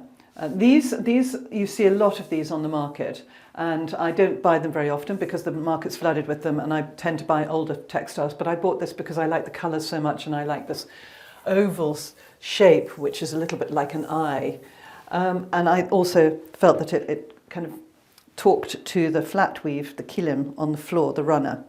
So these floors I painted quite a neutral colour, and I painted the white on the walls so that the pieces can really speak for themselves against a neutral background. I put the radiators in, the beautiful old radiators, because it's an old house, it can be chilly. And then coming over here, I put, this is from my father-in-law, David Tomlinson, and this piece here. So this is by an artist called Scotty Wilson, and my father-in-law and his wife visited Scotty Wilson. He was an artist, a British artist, and an illustrator, and he illustrated a lot of ceramic pieces as well. It's quite hard to find his work now. These watercolours are quite kind of childlike and strange, and kind of amusing, and just from his imagination, curious. So we're moving through now to the turning right, and this is what I was saying earlier about the staircase coming down at the side of the house, which is what makes it really lovely. And the door to the basement is here below it, so it's all very neatly done. Here's another piece from my father-in-law. This is an Indian painting. I don't know much about it, but I absolutely love it. And I have an Indian client coming tomorrow, so perhaps I'll ask him a little bit about it. It's obviously a fighting scene of some kind. And then we turn here to an Indian textile that I've recently hung, which I think also speaks to the flat weave. So this is a dowry shawl, a wedding shawl, and it's called from the Shekhawati community of India. And this is all, it looks woven, but it's actually embroidered, all of this work here. And in fact, when I was ironing it, I discovered that there was a tiny bead, which somebody has rather charmingly, let me see if I can feel it now, there, has added into the embroidery, which is really curious.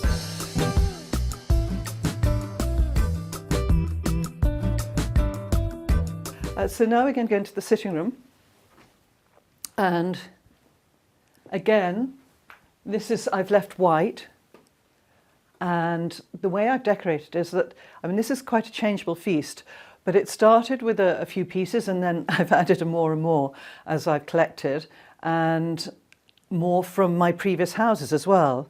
Let me start, the shelves made sense because I needed to find somewhere to display all my pieces. The baskets, because I collect basket work from Africa and Asia, so those are some there. The sacred cow I bought back from India, which was quite a feat, and really beautiful, from Cochin on the west coast of India. And then this is part of a collection of pieces.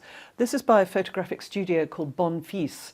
Bonfils were very early pioneers of outdoor photography, travelling in the Middle East and photographing the archaeological sites. So this is a photo of the Sphinx before it was excavated, and you see it's very relaxed with these characters standing around, not really very reverently, and sitting around it with the donkey there, and that's probably dated around early 1900s, if not slightly earlier than that.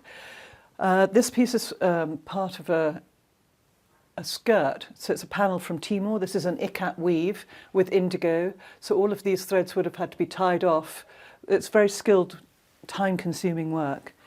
The mirror. So the mirror's travelled with me from house to house. The mirror is just, I love it. It's a tailor's mirror, so you can see both sides open up, so you would try a garment on, be able to see the different parts of it from the different angles of the mirror. I think it makes an excellent fireplace mirror.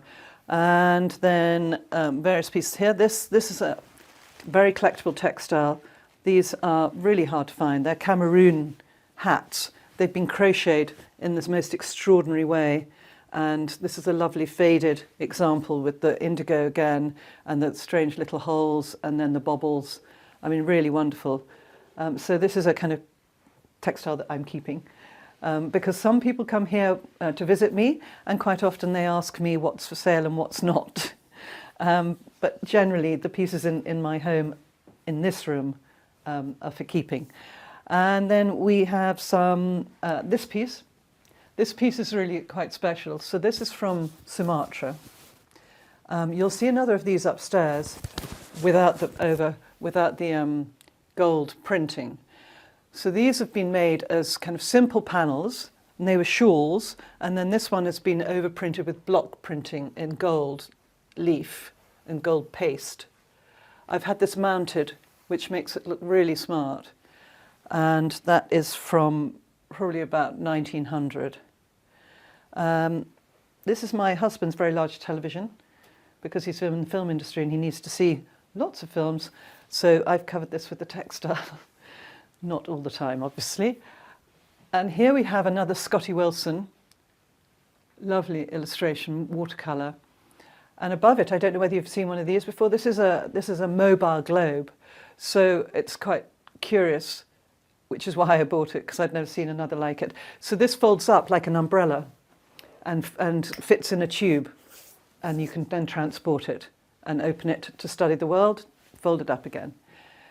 And then moving round, an ikat. So this is an ikat from Central Asia, silk woven, same technique as the Timor. So it's been tie and dyed, and it's quite skilled. So that's a panel from quite a rare type of design, which is why there's only a panel left. Another Scotty Wilson, and then I have some ceramics by a friend, Michaela Gall. And I particularly like those couple here and probably around the house elsewhere. She does a lot of majolica work, which is the cream-coloured white background and then the traditional colours of the greens, the reds and the blues. In this cabinet, I started collecting mocha ware a long time ago, probably in my 20s. So mocha ware has actually become quite trendy now, but it is...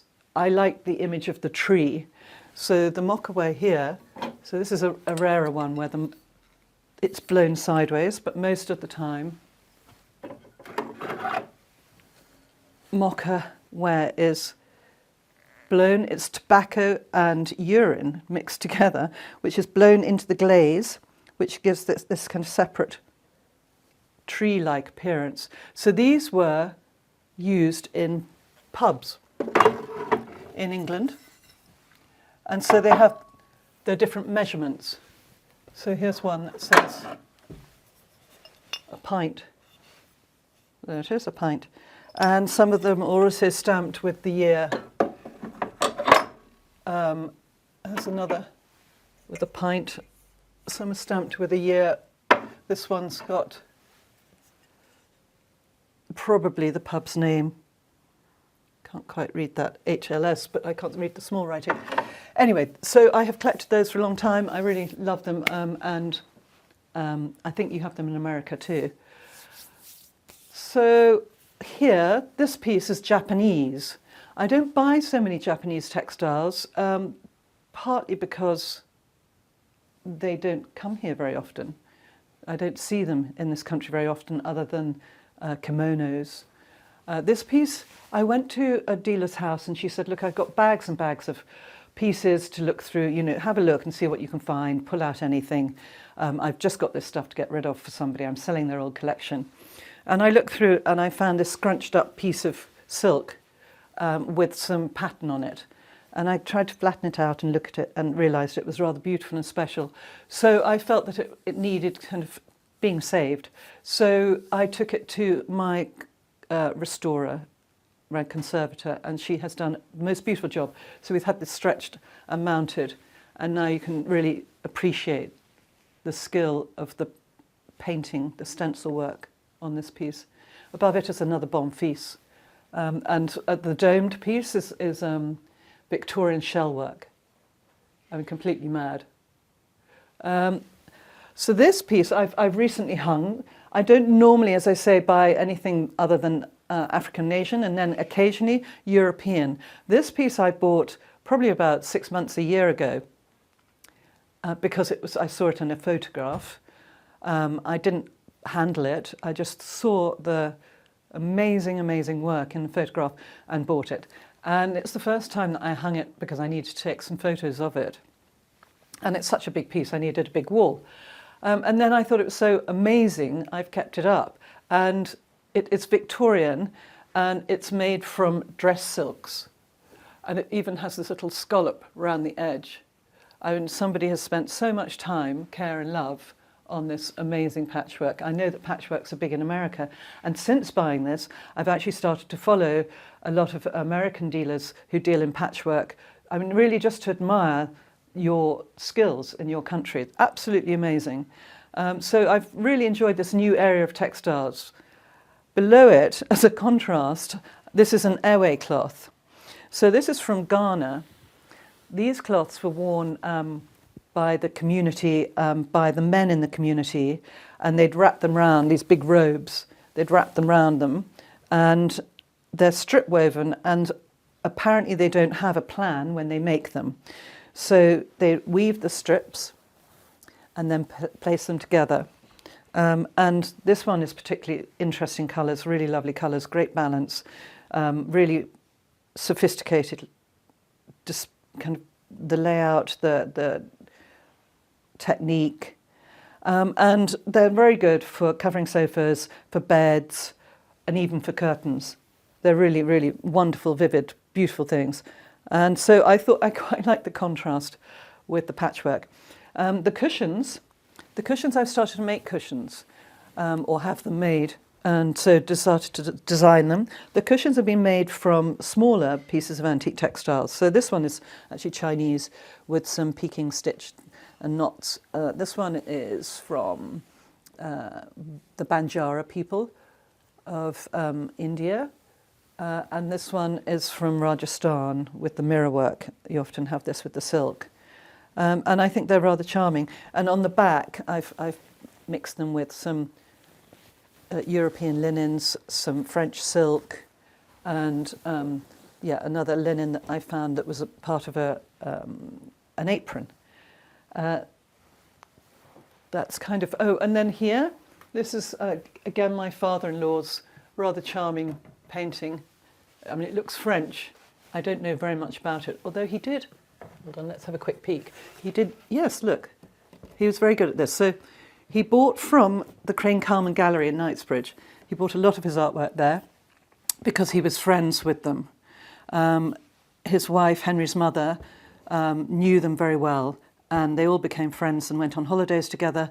And so he's written here, pastoral, circa 1906, then the artist, Lucien Mancio, and then wrote this, David Tomlinson Esquire, on the 10th of November, 1959. So it's very nice to have this kind of historic record of what he collected and when. Above it is a really interesting patchwork by a contemporary patchwork maker in London.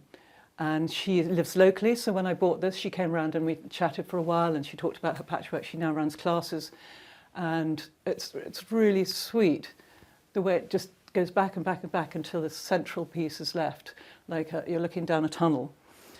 This piece is Cuba cloth. I think Cuba cloths have been on the market as much as the Suzanis that I was talking about earlier. They're kind of flooded, but this one I bought a long, long time ago, and a friend of mine who is a framer, I asked her to think of a frame, and she put this on, which I think really works. And so this is one that I have left. We call them old friends in the antiques business when you haven't quite sold some of your old stock, and so it becomes an old friend, and that's part of the charm of it. So the table I bought at a decorative antiques fair, Battersea Decorative Antiques Fair, which I used to exhibit at, and now I do the vetting there for the textiles. And this I bought quite a while ago, and then there's some ceramics that I collect. It's a very old Moroccan mug, and then some Chinese ceramics. This is Delft work, Delft ceramics, and then another Delft piece, and some baskets. This is a Moroccan lantern, which I haven't found a place to hang yet, so it's sitting here for now. And George Smith sofa, always very comfortable. The dog spends most of its time on this one, though, unfortunately. And some more cushions from Homemade, and then a cabinet here. The cabinet houses more textiles, and it's rather charming with, again, basket work on it. I mean, you know, if I'm going to be a basket collector, I may as well find furniture that has basket work on it. So that's for there. And then I think this African hat, some baskets from, I think they're from Sumatra, which have tiny, tiny little white beads. And these are from East Africa. I like this, the swords because, the spears because the top look like leaves with the spine down them. So the lighting in this room, I didn't want to put downlighters in because that's not really traditional to this house, and I felt that it's quite comfortable for entertaining to have lights on side tables, lamps. So I just had one large area to fill here, and this is very traditional to Habitat. Habitat was a company, an interiors company that started here. Terence Conran started it. And I think it just about exists. But Habitat bought these very Japanese-looking paper lanterns, which were in so many people's homes in the UK in the 60s and 70s. And you know, they're concertina. And when I was moving here, I looked up online to find the biggest one I could. And of course, it arrived in a huge box, but flat. And there we are, it's still here. And sometimes I think about painting it with some calligraphy of some kind. Some red calligraphy would be rather beautiful, or gestures of some kind onto it. So perhaps that's for the next house. So did I mention I'm selling this house? So this one is this little lamp here. I'll show you the base. This, again, was from my father-in-law and mother-in-law, and there's a pair of them, and I found some block printed Indian lampshades that I could fit it, and then I kind of put this trim on. And this one is the same. So this base here is carved from India. I don't think it has much age, but it's rather amazing that they've managed to do this in one piece. And again, you know, up to the top, and the same block print, Indian block print, which is quite nice with the Indian base. So one of the things about this fire is that it's a gas fire, so it's not that much of a feature in summertime. So when we're not using it, I place these pieces in here. So this is a bronze Japanese vase, and it took me some time to realise, in fact, that it had handles, I think, that were probably just came out here, which somebody had removed, which I don't mind. I think it's quite a beautiful shape of its own. And then below that, this is an Ashanti stool. And this I bought some time ago at a market. And the carving is just lovely. Really, really lovely. I don't know what the wood is. I presume it's an indigenous wood to the area in Nigeria. And that just seemed to kind of have a place there with that on. I think it's just jigging things around sometimes and then putting the guard back on there. There we go. So when I travel, I still travel sometimes. So I went to Vietnam and I bought this, which is a brush pot. I think it's actually from China, but I love the blue and white in it and the scene with the bird and the moon or as it travels around. Really lovely. So I brought that back. And this piece, again, is a lovely Chinese piece with the birds and beautiful urn. So that's an Indian. I used this Indian palmet across this window, which I think works quite well. And the curtains are just for show, because we again have the shutters here. But the curtains seem to go well with that, so they went up there. I'm not a great one for curtains, I have to say, which is strange because I have so many textiles that could be curtains, but maybe the next house I'll concentrate on that a bit more. When I bought the house, it was quite empty. The people who lived here before, who were absolutely lovely and held a party for us before we moved in to meet the neighbours, they'd empty out a lot of the house. It was very simple, and it was slightly dated. So the kitchen, which we'll visit later, the kitchen we have renovated totally. That was once an art studio, and the bathroom we also renovated, which we'll visit upstairs. And then I have painted most of the rooms a blank canvas, kind of white or grey, because that's the backdrop to most of my collection. And I changed some carpets. Other than that, it's pretty much in its original state when it was built. So I think I've just about talked about everything in this room, and I think we're going to go to the kitchen now. So it's along the corridor, and the kitchen, an extension that was built, you'll see later onto the house. I think it was built in the 1980s. So we'll walk this way.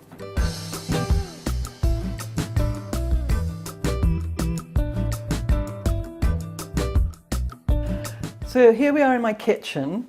I'm just entering now, and quick talk, more baskets. So a selection of baskets here, and then these African baskets on the floor, and then down to beginning to talk about what's on the walls here.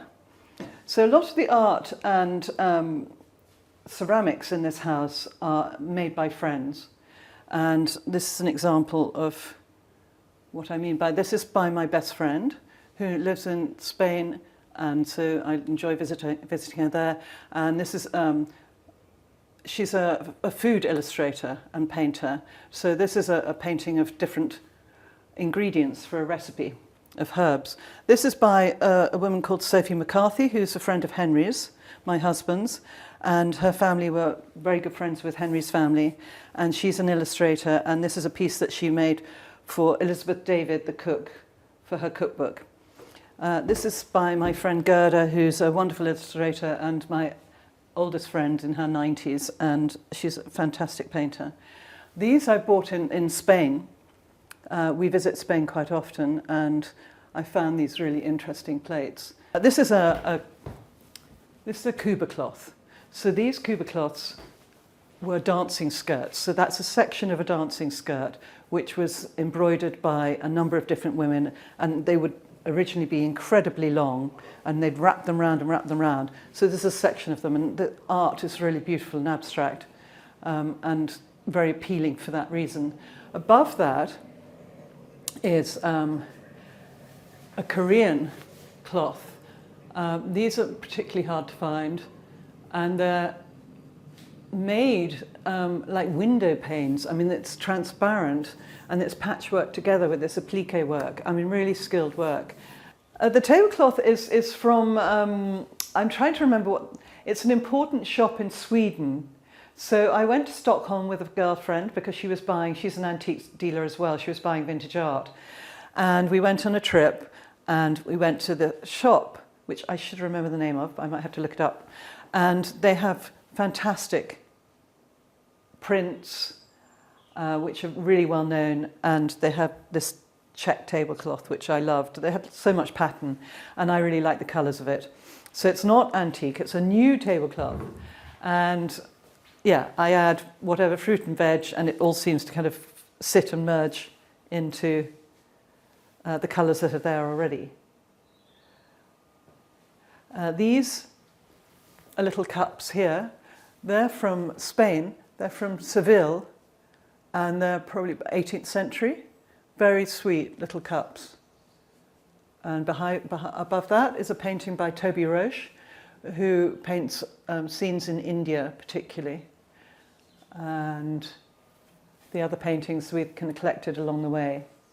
So I'll talk about the kitchen. The kitchen was built in the 1980s, and it was built for a family who must have had the kitchen in the basement at the time, and so they used this as an art studio because they were apparently restorers for the Tate Gallery, and so they needed the north light and a lot of light, which is, you know, to benefit to us.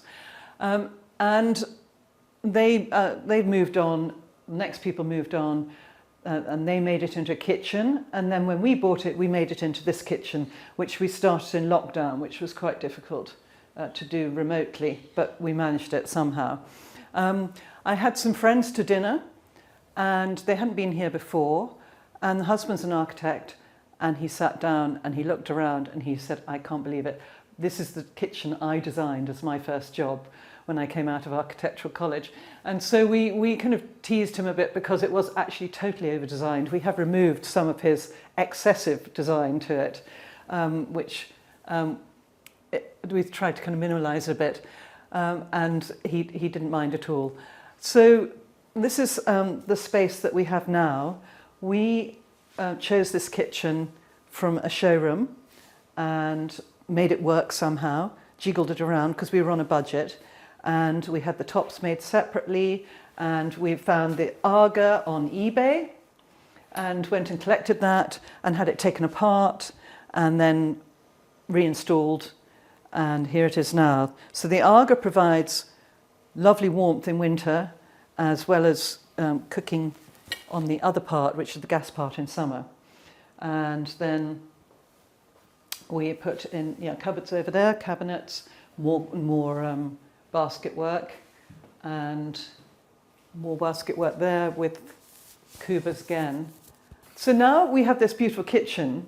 It means that we very rarely go in the sitting room if we're entertaining, because people tend to kind of come in here and they stand around the island. My husband's cooking, he cooks for the family and friends. So he's cooking, we're standing here, some people are on the stools, some people have already sat down, and then we sit here and entertain, possibly add more chairs as well to fit everyone round. And this is a kind of hub. And then in the summer, we tend to do the same outside. And so it's easy to just bring everything straight out on one floor. And we enjoy this room a lot. My design style, as you'll see around the house, is definitely not less is more. I'm definitely a collector. I enjoy looking and observing and touching, handling textiles, ceramics and other artifacts. Also around the house are pieces that I inherited from my husband's father. My husband's father was a collector himself. He was an actor called David Tomlinson, and he was in Mary Poppins. He was the father, Mr. Banks, in Mary Poppins and a number of other films. So I'll point out the collections that he has left to us, which are interesting actually. Quite different from our taste, but they fit in well.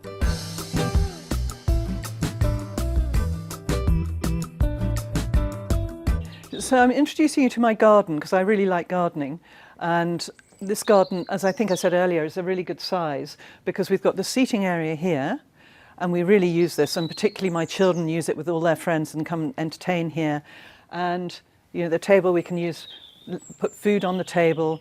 And then there's also a lawn and an area just through here where unfortunately it's not sunny enough today, but we also sit out here, lounge out here.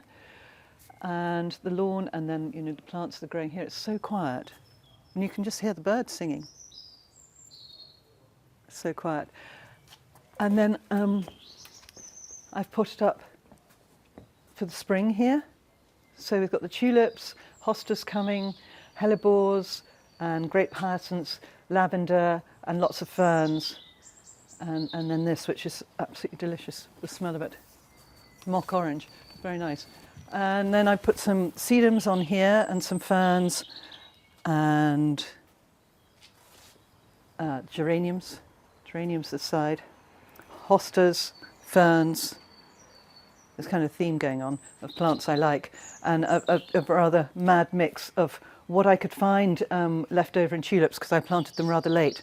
So the colours are kind of quite wild. So that's, and then of course we light it at night with the little light bulbs. Fun.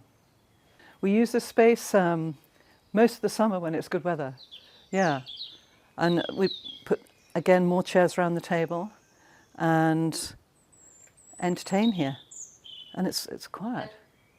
I think I've lived in quite a few houses, and I've made gardens in each house I've been to.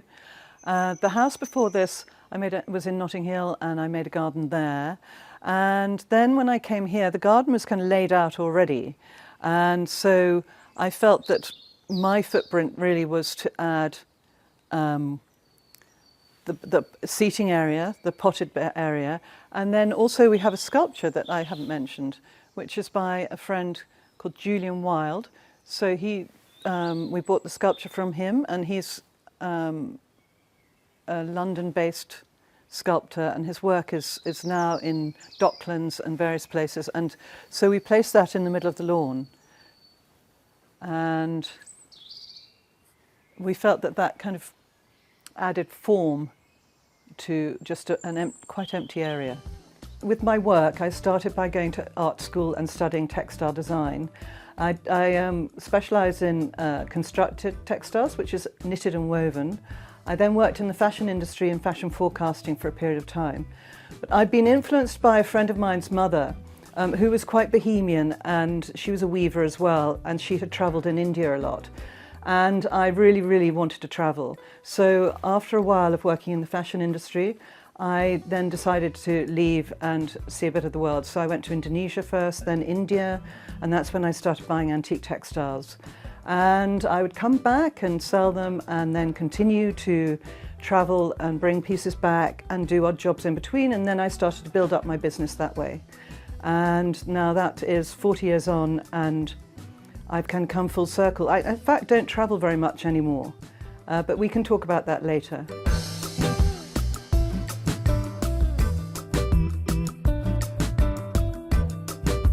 So this is my office, which I share with my husband.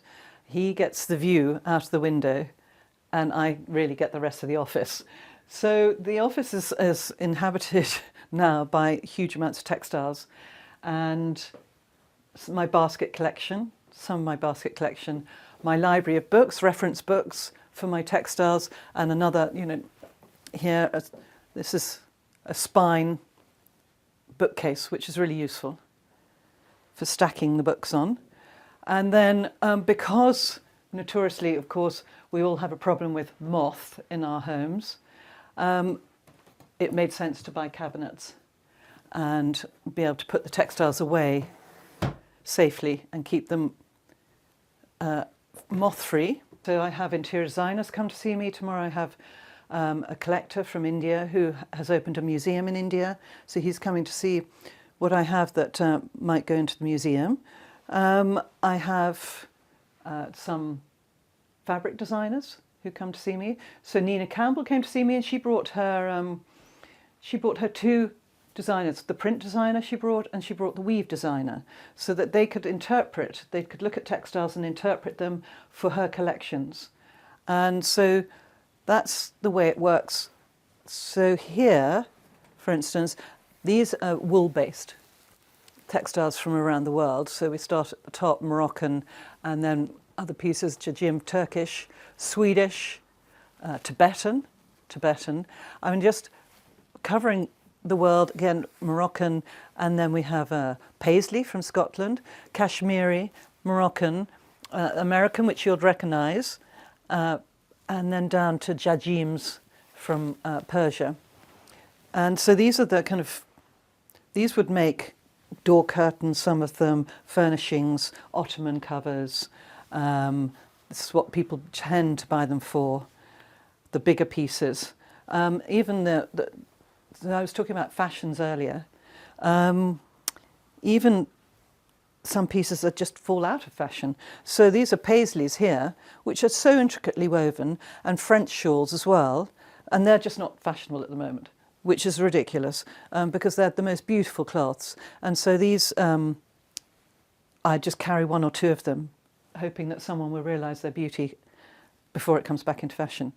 And then we go to this pile, which is, these are Indian textiles predominantly, and Central Asian, mainly Indian. So I was talking about pulkaris earlier, and talking about the green one that I've just found, which I haven't bought yet, incidentally, so I can't show it to you. I just saw it online last night. So this is a pulkari. This is a traditional pulkari. So these are fashionable. I mean, look at that, though. Look at the sheen of that. So these are worked by women, and they're again used for weddings. And this is silk floss stitch thread, which has been painstakingly, and it's not woven, it's all embroidered, painstakingly, and look at the sheen. So what have I written out? Parachada, silk floss stitch, known as a bagh or garden, from Pakistan and mid-20th century. It's quite a lot to remember every textile and every ethnic group from around the world. So sometimes I have to have a nudge by looking at the label again. So these are hugely popular. I'll leave that one there for now. And then we move across to here, for instance. Now in here, these are more offbeat textiles and fibrous textiles, for instance. So Madagascar has amazing silk textiles, very, very collectible, extremely rare, called lambas. But they also have fibrous textiles. So these are from Madagascar, which are just wonderfully, tightly woven, really beautiful raffia pieces. Again, kind of appealing to a basket collector. And then other pieces, and then there's tapa bark cloth, which is from the Pacific Islands, which is quite curious. And kind of you can really see where the Keith Haring,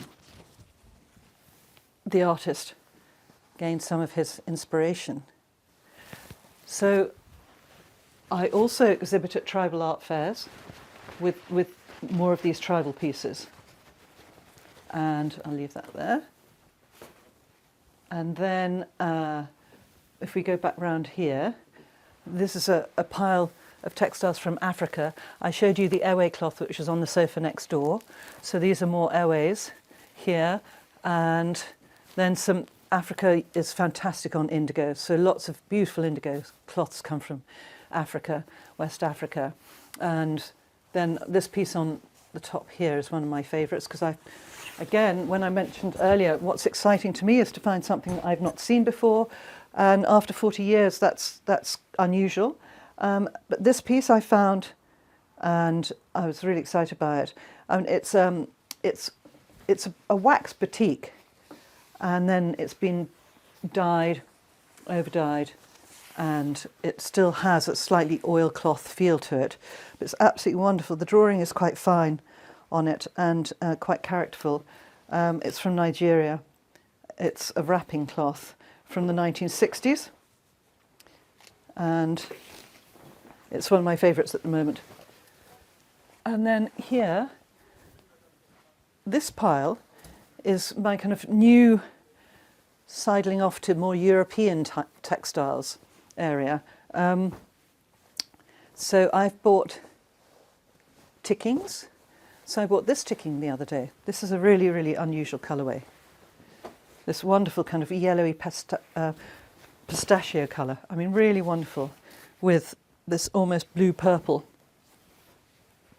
Absolutely lovely. I mean, I can see this as covering a series of chairs, or being copied because it's such an appealing fabric by a fabric house, or making cushions. I mean, really wonderful. These are the most recent textiles I bought, so I get excited by the recent ones as well. This is Eastern European, really lovely weight of checked linen, woven in two. So the loom was this wide, and then joined with a charming cross stitch down the middle, and then that embroidery cross stitched. I have a client who is thinking of making a skirt from it, which would be amazing, really amazing. And then what else have we got here?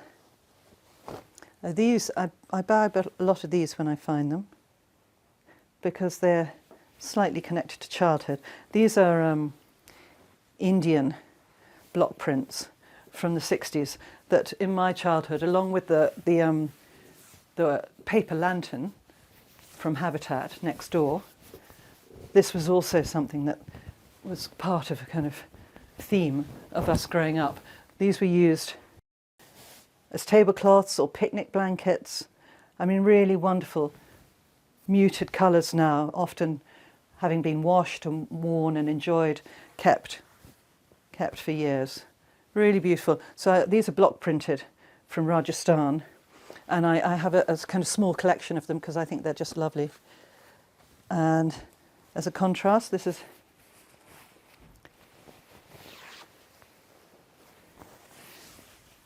a kind of more refined, much more refined version. Again, block printed. Let me hold it up the right way, with bote, which is this. Like the paisley is called a bote. So this is Indian, block printed, and for export. It might have been actually made in Iran for export to India from Kalamkari. But I mean, really pretty piece. And going back to patchwork, this is an applique. This is a very European, very English piece. I mean, so sweet. Little applique children's piece, and even with the little lacy edge to it.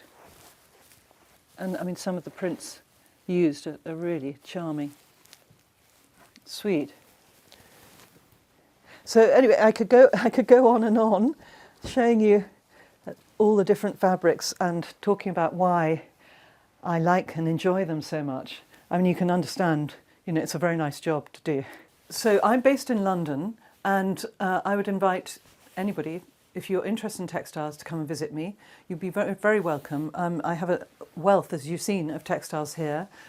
Please contact me by direct message. I sell on Instagram, and under the name Molly Hogg, HOGG _textiles, and you should find me and come visit. You'd be very welcome. So I'm going to talk to you now about the furniture that I've chosen for this room. I touched on the cabinet there, and for obvious reasons why I bought it. And then I was going to talk to you about this, which is the desk I work at, and I'm very privileged to sit at such a beautiful piece of furniture. So this also belonged to my father-in-law, David Tomlinson, and it's Egyptian revival. So I think it's about 1870, and it's a kind of armoire, so it's a hidden desk. I mean, really, he admires it too. I mean, it's just really lovely, and it houses a lot, and of course it conceals a lot, so you can just easily put everything away and then come out again, and it pulls right out, which I'm not going to do right now, but it's a lovely piece. This I bought for obvious reasons, for all the smalls that I've collected over the years. So the kind of idea of cabinet of curiosities. So I've bought quite a few tribal pieces from India, African pieces. So this is African here. This is from South America. These silver, that's Pacific Islands. Again, South America with the headdress, and Indian here, African little bronze figure. And these are rather amazing. Let me try and get this out. Time to tidy up. Incredible woven snake. And there's even somewhere in here, there's some cicadas that are woven as well. Not sure where they are now. I haven't been in here for a little bit. So, yes, so cabinet of curiosities it is. And here, this is a shell necklace. This is from cut Sipic shells and fibre, Papua New Guinea. I mean, the work that's gone into those is amazing. Really charming. So that's for another time to work my way through that. So when I'm looking for textiles, and I've been doing this, as I said, for a long time, for instance, last night I saw a textile in a colourway that I've never seen before in a group of textiles called pulkaris, which are from Pakistan. Pulkaris are in fashion, so remarkably enough, antiques go through fashions just like anything else, and textiles are part of that. And so pulkaris are in fashion, and to come across a green pulkari is very unusual. So that spurs me on to really what I'm looking for is finding something either that's the best example of its kind, or it's something that I've never seen before, so it's incredibly original and beautiful at the same time. I'm always looking at condition because I sell to a lot of Americans who like things in good condition, and I sell to a lot of interior designers who also have their customers and clients who like pieces to exhibit and show in their homes, so they need pieces that are also reflecting kind of the best of their kind. I buy from Africa and Asia, West Africa, and I also buy from North Africa. East Africa is not so creative in terms of textiles. And then Asia I buy predominantly from Indonesia and India, Pakistan, some Thai, not so many Vietnamese or Cambodian, and also some Central Asian. A few Chinese as well, but less of the imperial pieces, more of the indigo country pieces. So we're leaving this room now and we're going to go upstairs and see my dressing room, my bedroom and my little bathroom. We've come this way and go up the sideways staircase. And as we go up, I'll talk about the pieces that are on the wall here.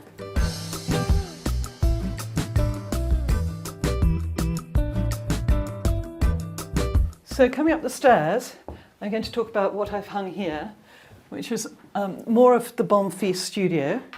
I'm sure, I think these are in Syria, sadly not there anymore. I think these are identifiable, I just haven't found out where yet. And then this piece here, this is by a textile artist called Ptolemy Mann, and she's a British textile artist. Her work is amazing, and it's all ikat. So this is, again, that technique that I was talking about, which is tie-dyed. And I think she paints on the loom as well. So she paints on the the warp threads, which are running vertically. And her work is quite large scale. Now she approached me because I had some ikat textiles that she liked, and I like her work. So what's quite nice is we did a swap, and I'm thrilled with mine, and hopefully she is with hers. And so now, Chinese table and an ikat. No, this is a beautiful cloth, again with this kind of tree symbol. This is from Indonesia. From which island? Let's just have a look. Everything's got a label on. From Sumatra, from the Bengkulu people. And it's early 20th century. Absolutely wonderful work. This painting was Henry's father's. I'm not convinced by her, but she's painted by an artist called Lagar, and we have a few of his paintings. And then we go into my dressing room.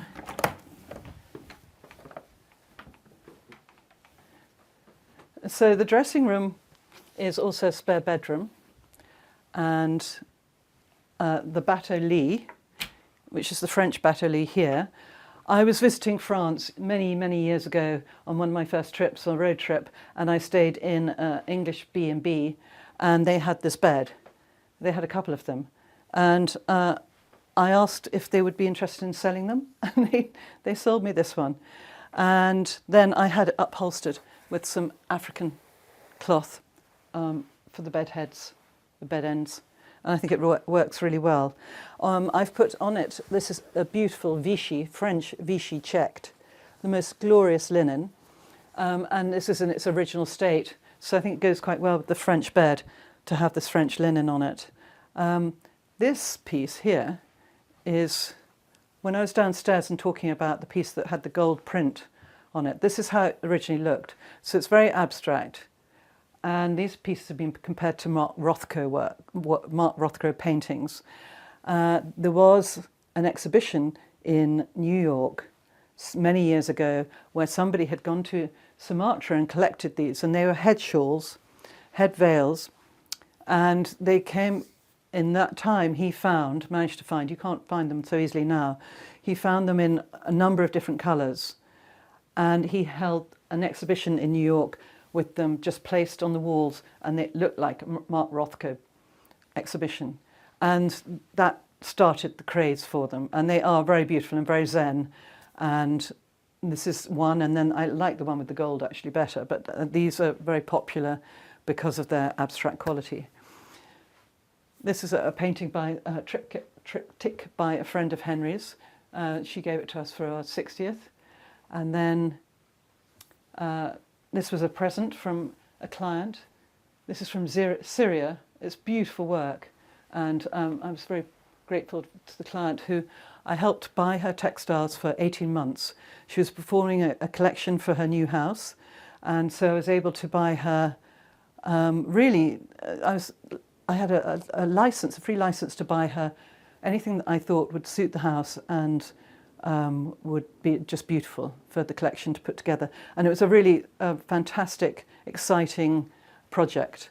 And at the end of it, she gave me this beautiful coat. Family photos, small baskets, and then this is a Moroccan, particularly nice shades of the greens, which has a tinge of yellow to it. Another cushion that's been made with old ticking on the back, and a piece from Central Asia on the front. And then we'll move around. A beautiful mirror that I bought at Battersea Decorative Antiques Fair again. Highly recommend it for good furniture. So that's been here for a little while. And I like the fireplace as well. The original fireplace to this room is absolutely lovely. Moroccan carpet. At one time I used to sell a lot of carpets. And then everybody started buying Moroccan carpets and everybody started dealing in them. So I kind of moved on. Some of my own clothes here, some of my bag collection. And then we go to this side here where we have a beautiful, really stunning Japanese kimono, all embroidered with rich embroidery of peonies and butterflies, and just lovely. And it's padded, and it's from I'll read the label. It's from a store called A. Leader & Co., 1910, and it's chrysanthemums, not peonies, and butterflies lined in pale pink silk, tassels to cuffs. And there they are, tassels. Absolutely lovely. This piece I have a crush on. It's a new piece that I bought recently. I absolutely love. It's Central Asian, but it's a really, really amazing colour combination. And these pieces look particularly good when displayed fully like this. So there's a project that I'm going to get involved in, which is in the summer, and it's a private house, and they want me to find them textiles again. And I'm thinking of buying a group of these to hang across a wall. It's a big, grand house, so they've got lots of room for it. So that'll be exciting, because I think that would just be really striking, really powerful. So we're going to my bedroom next door now.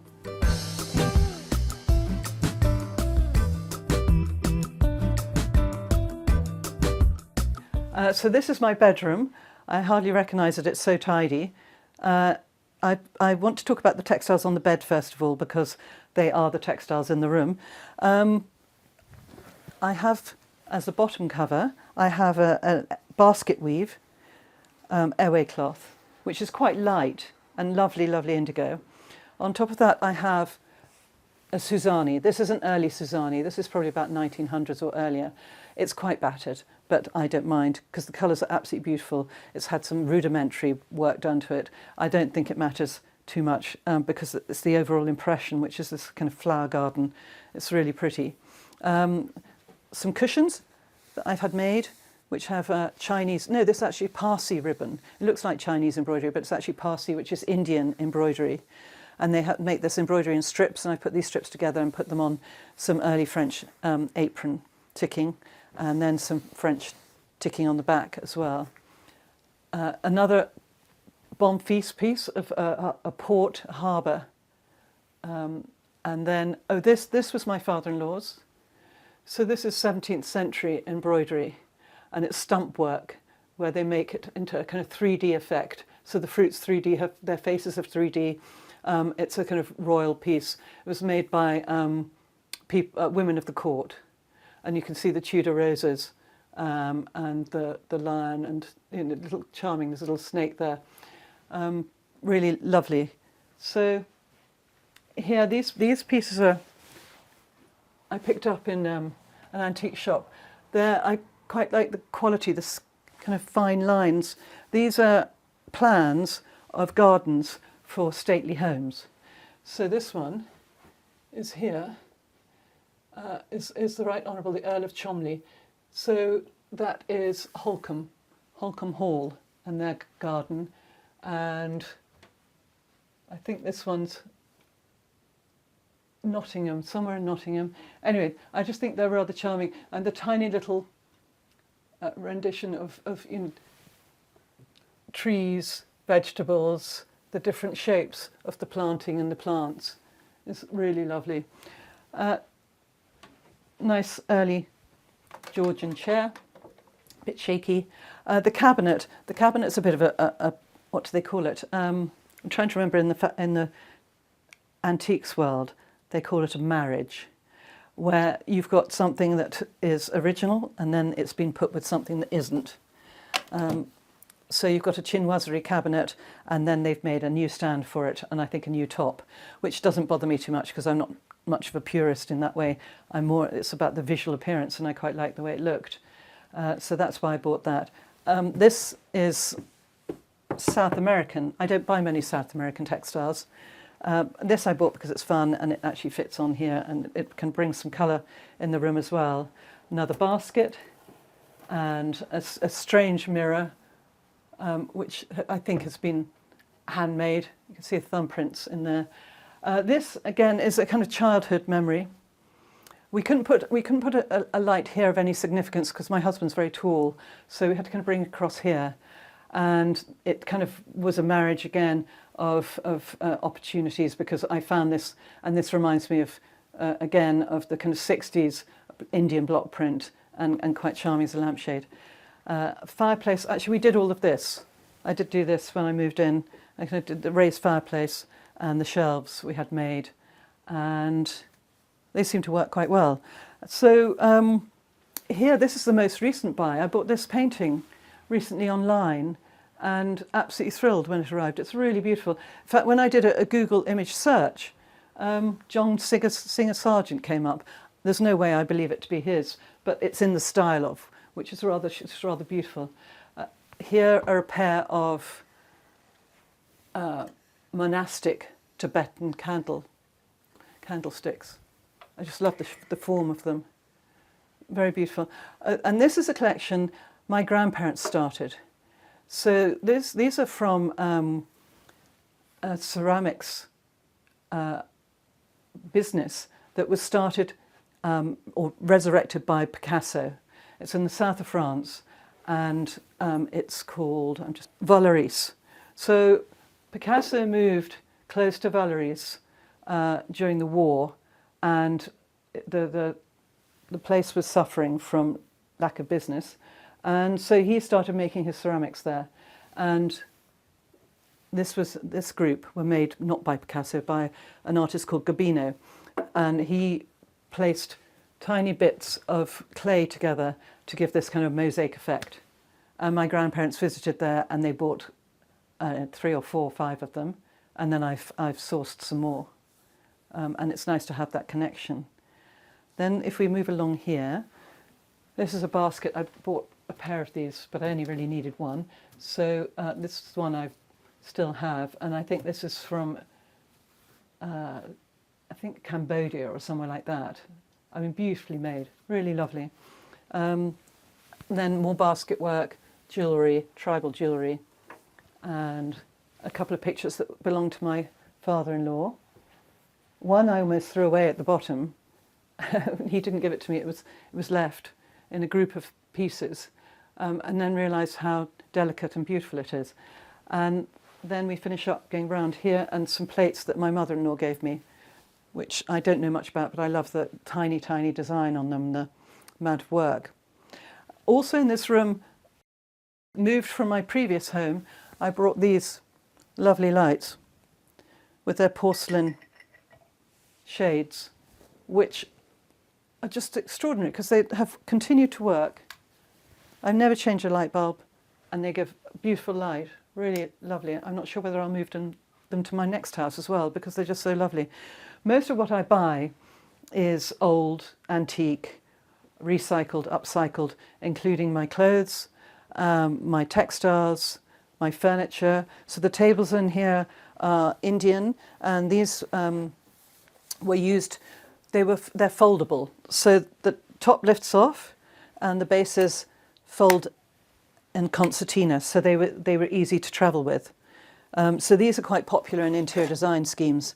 Robert Keim used to use those. So both I had some of these and Henry had some of these, so we kind of merged our collection together. Now we're going to go into the bathroom. So moving into my bathroom, as I was just finishing off saying that most of what I have is old or antique or whatever I found. So this is a table. This is called the Stork Table. It's by Merrill Oppenheim, and she was a designer in the 1930s. And so it has these stork feet and then the imprint of the feet on top of the table. Mine in this case needs, there's the imprint there, needs to be, have a little more gold leaf put back on it because it's been loved. And next to that is a little Fornazetti plate with a hand on it that I've had for years, which makes a very good soap dish. And then if we come round here, we have another painting by my friend Gerda. We have a selection of ceramics that I like. So this is by a ceramicist whose exhibition I went to in Chelsea, and he was very interesting to talk to. His name's Ian Thompson, and I feel that it's very Asian influenced, really beautifully made. This is by a friend, Awana Miller, and she is always coming up with new quirky things and exhibits in London. This was a present, and I don't know who the ceramicist was, but it's very nice with the pinched pot shape there. This is Moroccan, very traditionally Moroccan. And then a very fine porcelain bowl that holds a lot of my shell collection from my travels abroad that I've collected over the years. Various shells found on beaches, and another piece with texture here that was a present.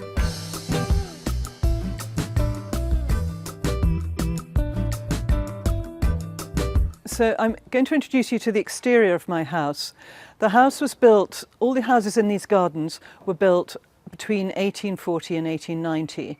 And each of them has a specific style. I mean, the rumour is that the builder wanted to show his skill of architectural design, and so he made these beautiful houses. So my house is twin to the one next door, I think I mentioned earlier. So now you can see it from the outside. They both have these beautiful bow windows, and the glass, in fact, is also blown specially or created specially in a mould with that curve at vast expense, I'll have to say, because I've just replaced it. And here is the front garden with the railings. The railings were taken away and used and melted down in the war effort.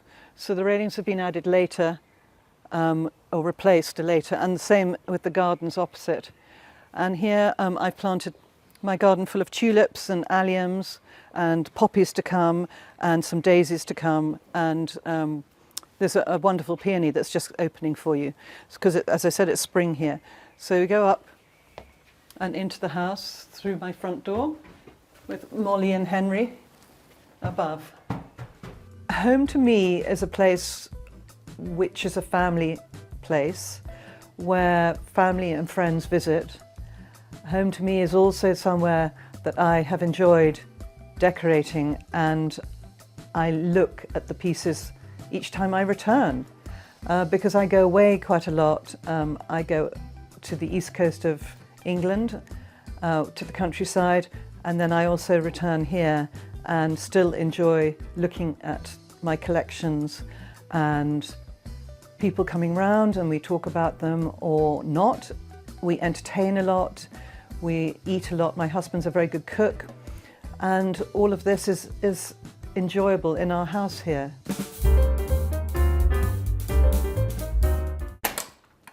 Hi Homeworthy, I'm Camila. Welcome to my home. Come on in.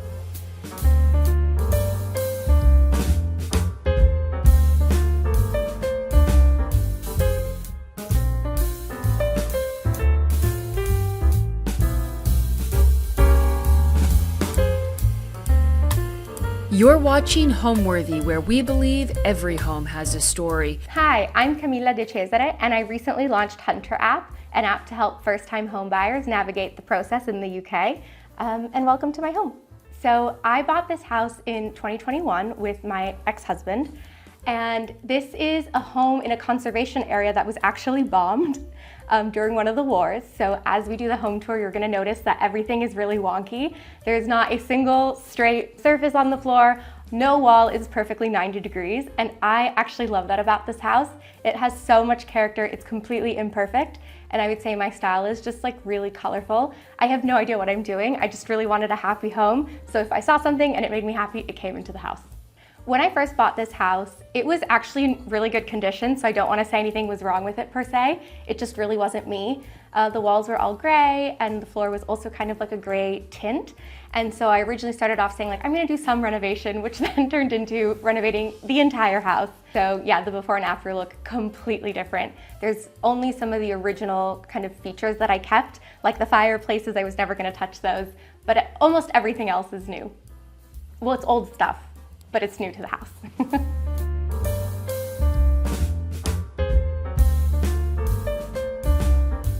Welcome to the entrance. It was really important to me that you enter my home and you instantly feel welcome and like it is the colorful place that it is. So the first thing that I did was I decided to use traditional mosaic tiles to create this entrance space. When I say I decided, I did hire professionals. I do not know how to tile this. And then there used to be an opening here actually, so you could go straight into the living room, but I wanted it to feel like a little bit more cozy, so I had it closed, had everything painted blue, started collecting art, little place for keys, and then I live in London, so it rains a lot, needed an umbrella holder, but wanted something a little bit cooler. And I decided I needed all the hallways to be blue, so all the hallways are now blue. And then again, more borrowed art from my parents. My dream is to one day have these be like full gallery walls, so everywhere you look, there's tons of art. And I also buy a lot of vintage art on eBay. This was a present from my sister. It's like a cloud painting that I loved from Anthropology. And then I had these custom little lampshades made. I love adding pops of red everywhere.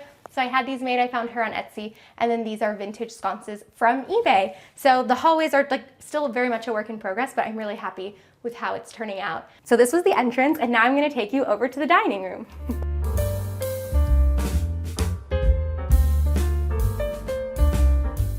This is the dining room, and the first piece I really wanted for this dining room is this green marble table, which I had custom made. This room, I don't know if you can tell, but it is a really strange shape. It's really narrow, and it comes really close on one side. Plus, there's also the fireplace, which meant I actually had very limited space for a dining table, so this had to be a custom dimension. It's much more narrow than a normal dining table, as well as the fact that the rug, if you actually come really close there, you see it's almost touching the wall. TikTok was very mad about the size of this rug, but I'm just here to tell you this is as big as I could go, and this is where the table had to go given the shape of the space, even though I know it is not all centered. This house is like completely imperfect, and I love that, but I agree if you're OCD, probably not the best place for you. I absolutely love having people over for dinner. It did take me 6 months to find the right dining chairs. So what I ended up doing is I found a set of 6 dining chairs on eBay, And then I spent ages trying to find the right fabrics and ended up picking 2 different fabrics that I bought at Liberty London. And then I had my incredible upholsterers who have done almost everything in this house reupholster the chairs for me. So I think they're perfect. I love them. They make me really happy. And they fit perfectly in my little table. I love having people over, and I love having different colors of plates and cups, and my friend actually has her own brand called In the Roundhouse, and so I always try to like support her, and she just has like the most beautiful pieces, so they always make me happy, and people always say it's really fun and colorful when they come over for dinner. This is the original from the house, so I did not want to touch it. It stays exactly the way it is. I did just change the tiles because they used to be these like burgundy subway brick tiles that I didn't necessarily love, so I went with black and white. This is one of the pieces that I think really changed the room the most. It's called Climbing Flowers, I believe. And so I had paneling added and then just wallpaper added in the panels versus wallpapering the entire room. I'm not 100% sure if I want to keep this space white. I think this is going to change one day. And my dream is actually to have hand-painted flowers come like merge on the ceiling. So again, maybe one day I'm going to get to that. Another really special piece is actually this vintage bar cart. I just wanted to do a little nod to my dad because he's helped so much, like in everything in my life, but also with this house and this renovation. And so I was looking for an Italian bar cart that was from the year he was born, or like the decade he was born. And then I found this one on Etsy and I thought it was perfect, so I added it here. Funny thing is I actually don't drink, but I do sometimes keep alcohol here just for guests. And then this mirror, I also found this on eBay. I think it's upside down, but it's been this way since I put it up like 3 years ago. It was only TikTok very recently. A few people were like, I think it's upside down. So I might flip it and see, but I just haven't done it because it's a bit heavy and I'm scared to break it. Then I know it's a weird thing to love a radiator, but I really love this radiator. I decided to put in some cast iron radiators in some of the rooms, not all of the rooms because they were very expensive. And so I really prioritized specific rooms, but I don't know if you can see, it just has like the most incredible detailing. And so I was really excited when it was installed. And then this lampshade, I found this fabric that I had ordered that I just loved, but I didn't know what to do with it. And I was like, you know what? I'm gonna make a lampshade. And when I say I make, I don't mean I make, I mean I hired someone to make it. And then I found this on, I think it was Vinterior, so also secondhand. And yeah, I like her, she's sassy. And then I had these curtains made. I know it's a lot of different prints, it's a lot of different fabrics, but I don't know, I just love it. This is my dining room, and now I'm gonna take you over to the living room.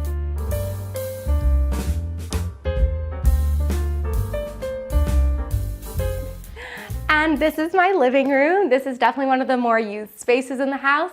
It's really nice to just like plop down, watch TV. The biggest thing about this room is it looks completely different from when I first bought the house. So as I mentioned on the entrance side, there used to be this opening here. So you could just really walk from the entrance straight into the room. I didn't love that because I just wanted it to feel a bit more like protected. So I closed this, it gave me this huge wall that I then got to decorate. And this window was also something that I added. One of the reasons I loved this house was because there's so much natural light coming from all sides. So I just wanted to add even more, and I was able to get this little window approved. Again, I live in a conservation area, so you do need to have all these changes approved first. And then I had this custom bookshelf made. I have the most amazing Italian carpenter, and he made this bookshelf for me. And then I found these really cute little sun knobs on Etsy. I love suns. You can see them also on the wallpaper. And so those make me happy. And then I had this custom onyx desk made.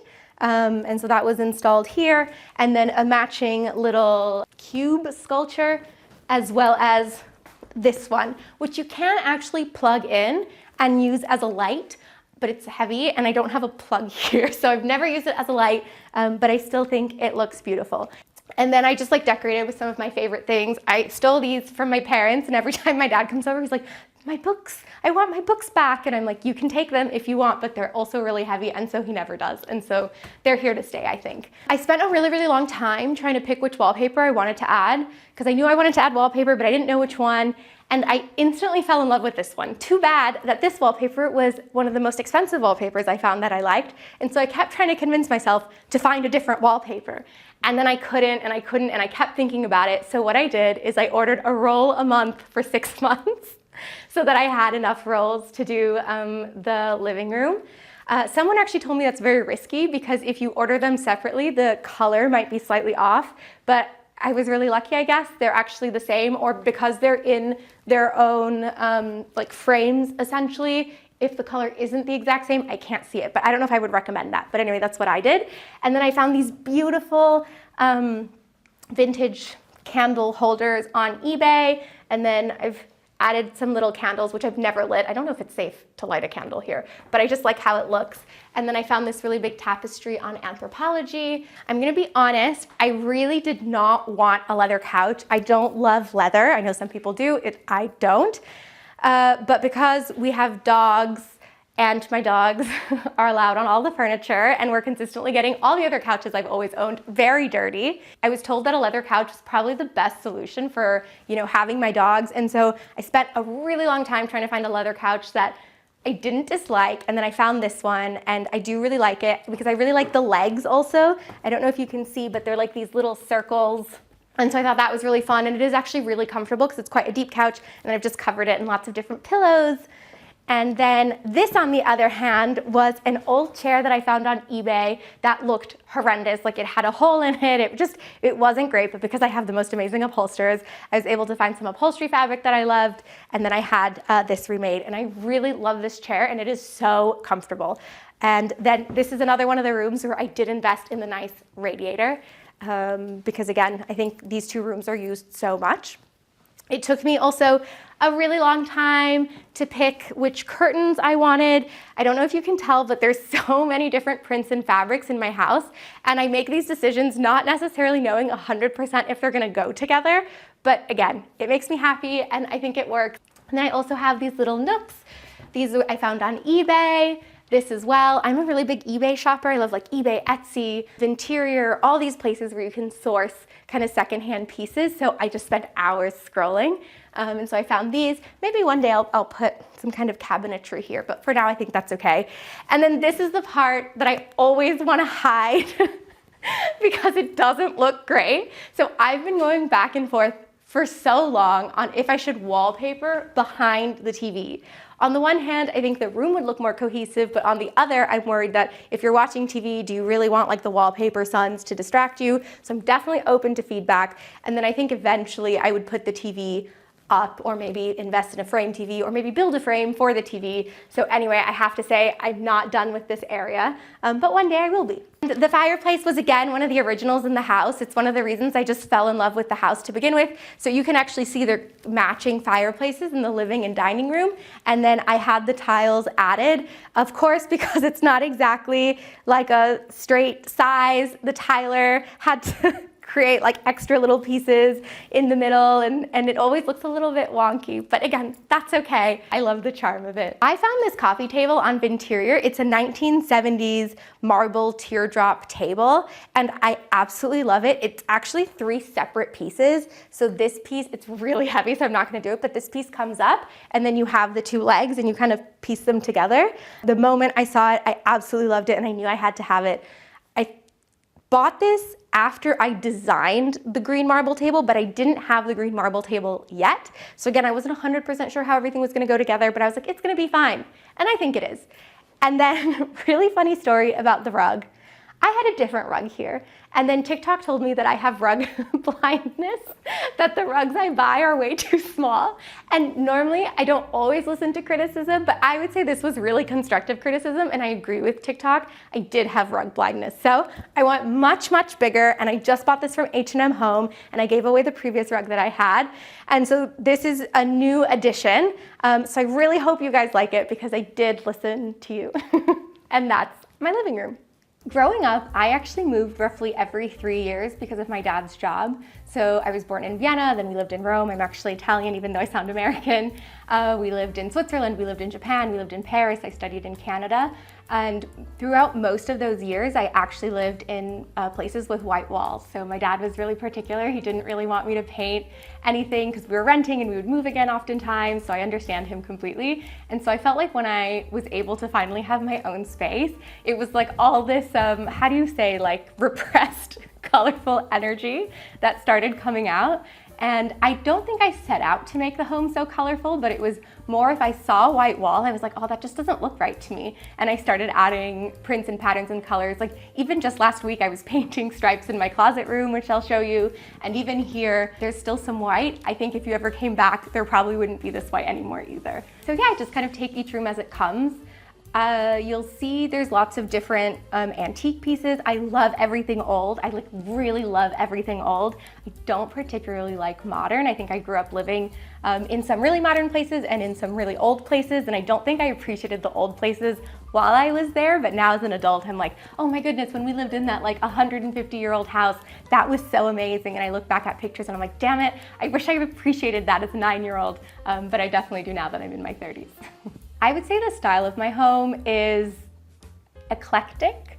I'm definitely a maximalist. I love prints, colors, and patterns, and I definitely didn't focus on a cohesion throughout the home. I focused on each room individually. So as I take you through, each room is a different color, each room has a different wallpaper. There are some repeating patterns and wallpapers, but I'd say overall I took each room as its own because I can only be in one room at the same time anyway, so it wasn't relevant to me if my guest room looked really different than my living room, for example.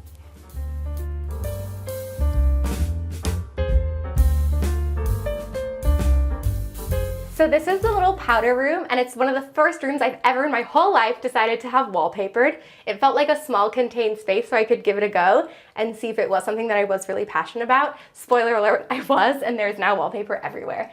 But I really love it. It's like, I don't know, an enchanted little forest bathroom. And then I found this frame actually on Etsy and I loved it. And so I bought it and I didn't know what I was gonna do with it. And then I decided to turn it into a mirror. So I had just like a mirror cut the size of the frame. And so this is one of my favorite little pieces in the house. And then I just had to find like a really small sink and a really small toilet to fit so that, you know, you can comfortably use it. And then I just found these little pieces on eBay recently and I've added them. I'm not sure if I'm gonna hang them, but I quite like them there. Okay, let's go to the kitchen.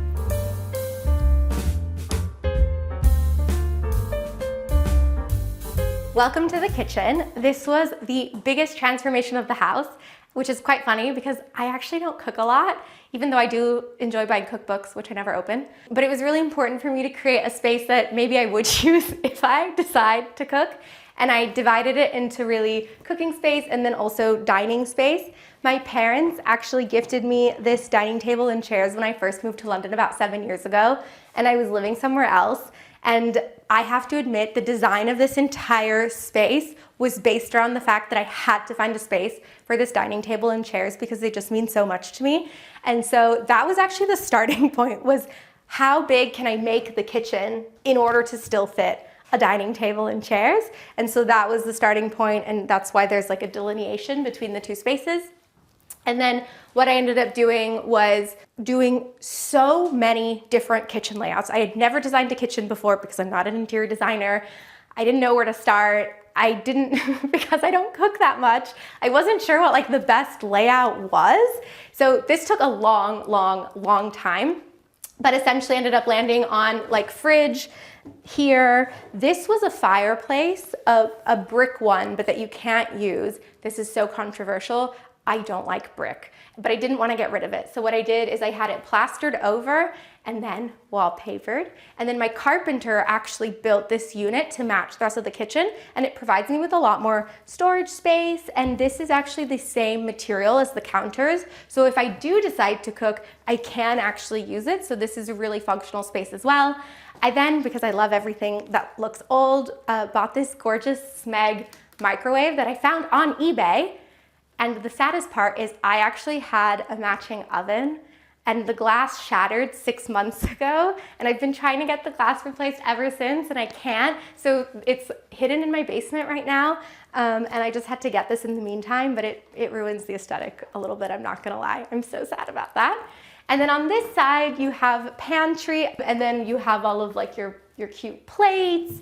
This is probably the best decision I've ever made. I drink so much tea. I drink multiple cups of tea every day. And so I put in a boiling water tap. I've always wanted one of those.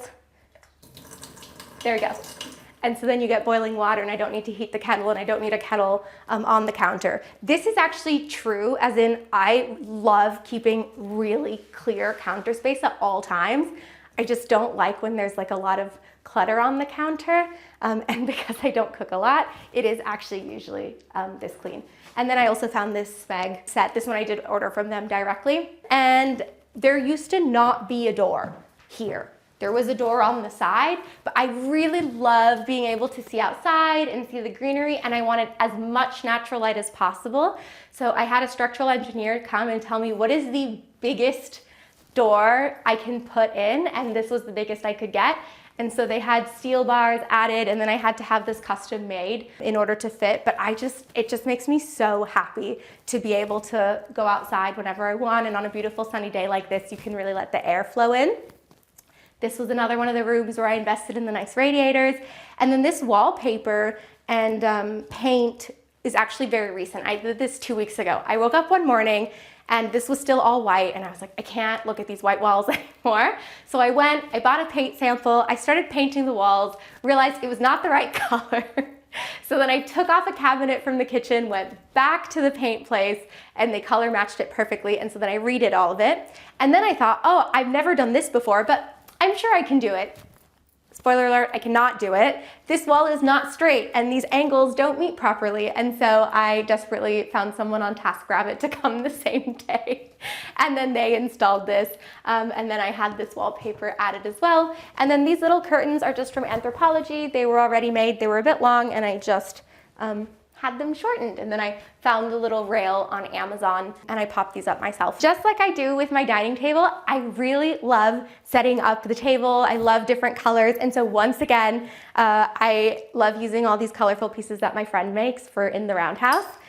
I do genuinely love hosting. I just usually like order food instead of cooking because I don't want to poison any of my guests. And then this is a beautiful Ginori vase that I've had for years and years. I absolutely love it. And then I just put some dried hydrangeas, which I've actually had for over 5 years, and I feel like they still look pretty good.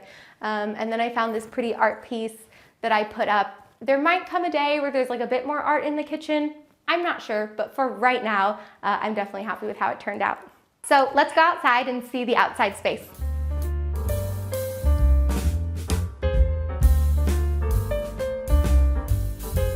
This outdoor area is the only space in my house that I have not touched yet. This is the original layout. These plants were here before. The previous owners had done a great job. I just brought this little table with me that I had and these little chairs.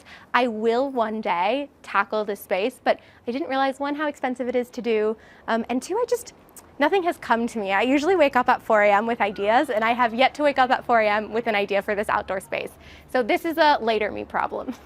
As someone who's not originally from the UK, I found the experience of buying a home quite confusing. I know that in North America, which is also where I lived at one point in Canada, you have a buyer's agent, you tell them what you're looking for, and then they help you find the properties, they organize all the viewings, they manage all of the actual buying process for you. That's not common in the UK and also not in most of Europe. You can, of course, hire one if you're looking to, but it really isn't standard practice. So you're left trying to book all these viewings, remember which house did I see, which day, who was the agent of that house, what am I supposed to ask when I'm there, because the agent represents the seller. So of course you need to do a lot of your own due diligence, and I just wasn't used to it. It was all a bit chaotic, and I ended up building this like extensive Excel sheet just to keep track of like what viewings I had booked, what I saw, what I liked, which I then gave to all of my friends, and so I was like, there has to be a better way.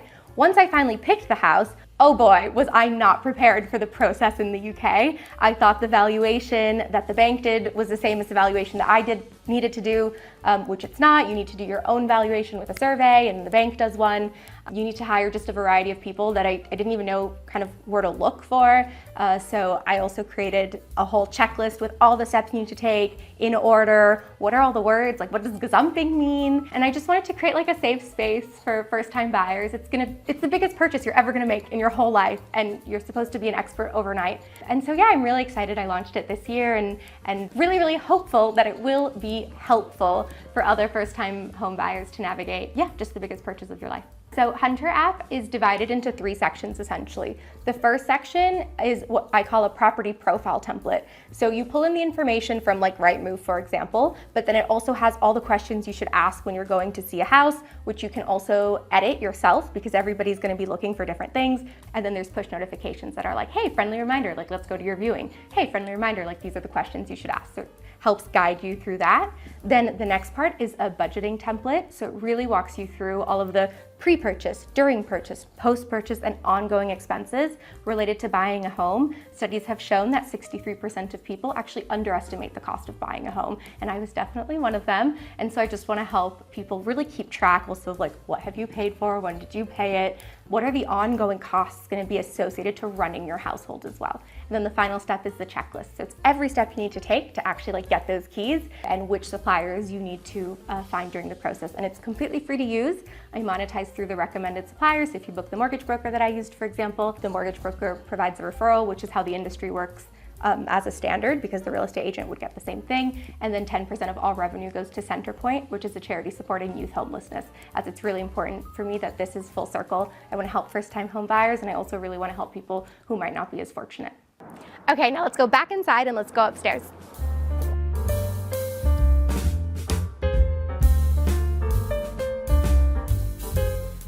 Welcome to my closet room. When I first bought the house, the previous owners used this as a bedroom because they had children. Because I do not yet have children, I thought, you know what, it's gonna be my closet room for now, and then if one day that changes, that's okay.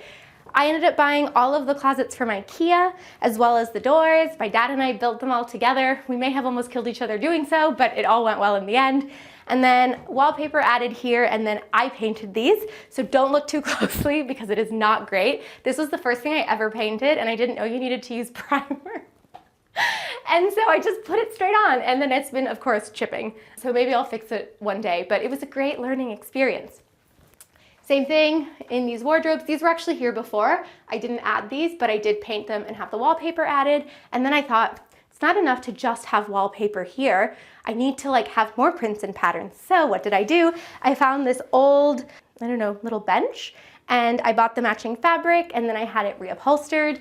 I bought this mirror, and then I had it reupholstered, and then I had the blinds made with the same fabric as well. It's by House of Hackney, and it's called Hortensia, and I just love it. In my old flat where I was living before moving into the house, I had a feature wall with this, and again, it made me so happy, and I knew I just had to bring it into this house as well. And then this is a very recent me thing, as in me 2 weeks ago. I woke up one morning, and I thought, you know what? I need to paint a striped wall. And so I did. I got all the like frog tape, and then I was trying really hard to like keep everything really straight. At about hour number 7, I was like, why did I decide to do this? And if you remove the mirror, there are no stripes behind there because I was trying to save time. But I have to say, I'm really happy with how it turned out, and I am really glad I did it. And then yeah, the ceiling was actually just painted as well as the walls. So I just color drenched it like 2 weeks ago. And I'm really happy that I did. And then these are actually metal, because obviously you might knock into it, and I didn't want to like crash a big ceramic vase onto the floor. And then I did put fake flowers. I know we probably have mixed feelings about fake flowers, but I'm not going to just spend the money to like keep putting fresh flowers here, but I love the colors that they add. And this chandelier was the original of the house. So way before the previous owners, it was actually in a different room, but I moved it in here. There wasn't a ceiling rose, so I did have that added in.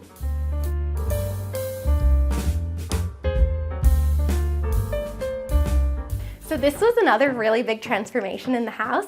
There used to be a bedroom here. So there was a door, and then I closed it, and I'm gonna show you why. Let's go. You enter into my bedroom, and the first thing you see is another set of wardrobes. You may ask, why do I have 2 sets of wardrobes? But when I was living here with someone else, this was the wardrobes for one person, and then my closet room was for me. They're IKEA wardrobes, and then I had my carpenter make these little like arched doors for it, and then I found these cute little flower handles on eBay. This wall didn't exist. So this actually used to be one really big bedroom. This was the main bedroom of the house, but because I ended up closing that one room to make it my ensuite bathroom, I had to create a different space in order to be able to put my bed against something, because the bed was originally where the door is now. I'll show you in a second.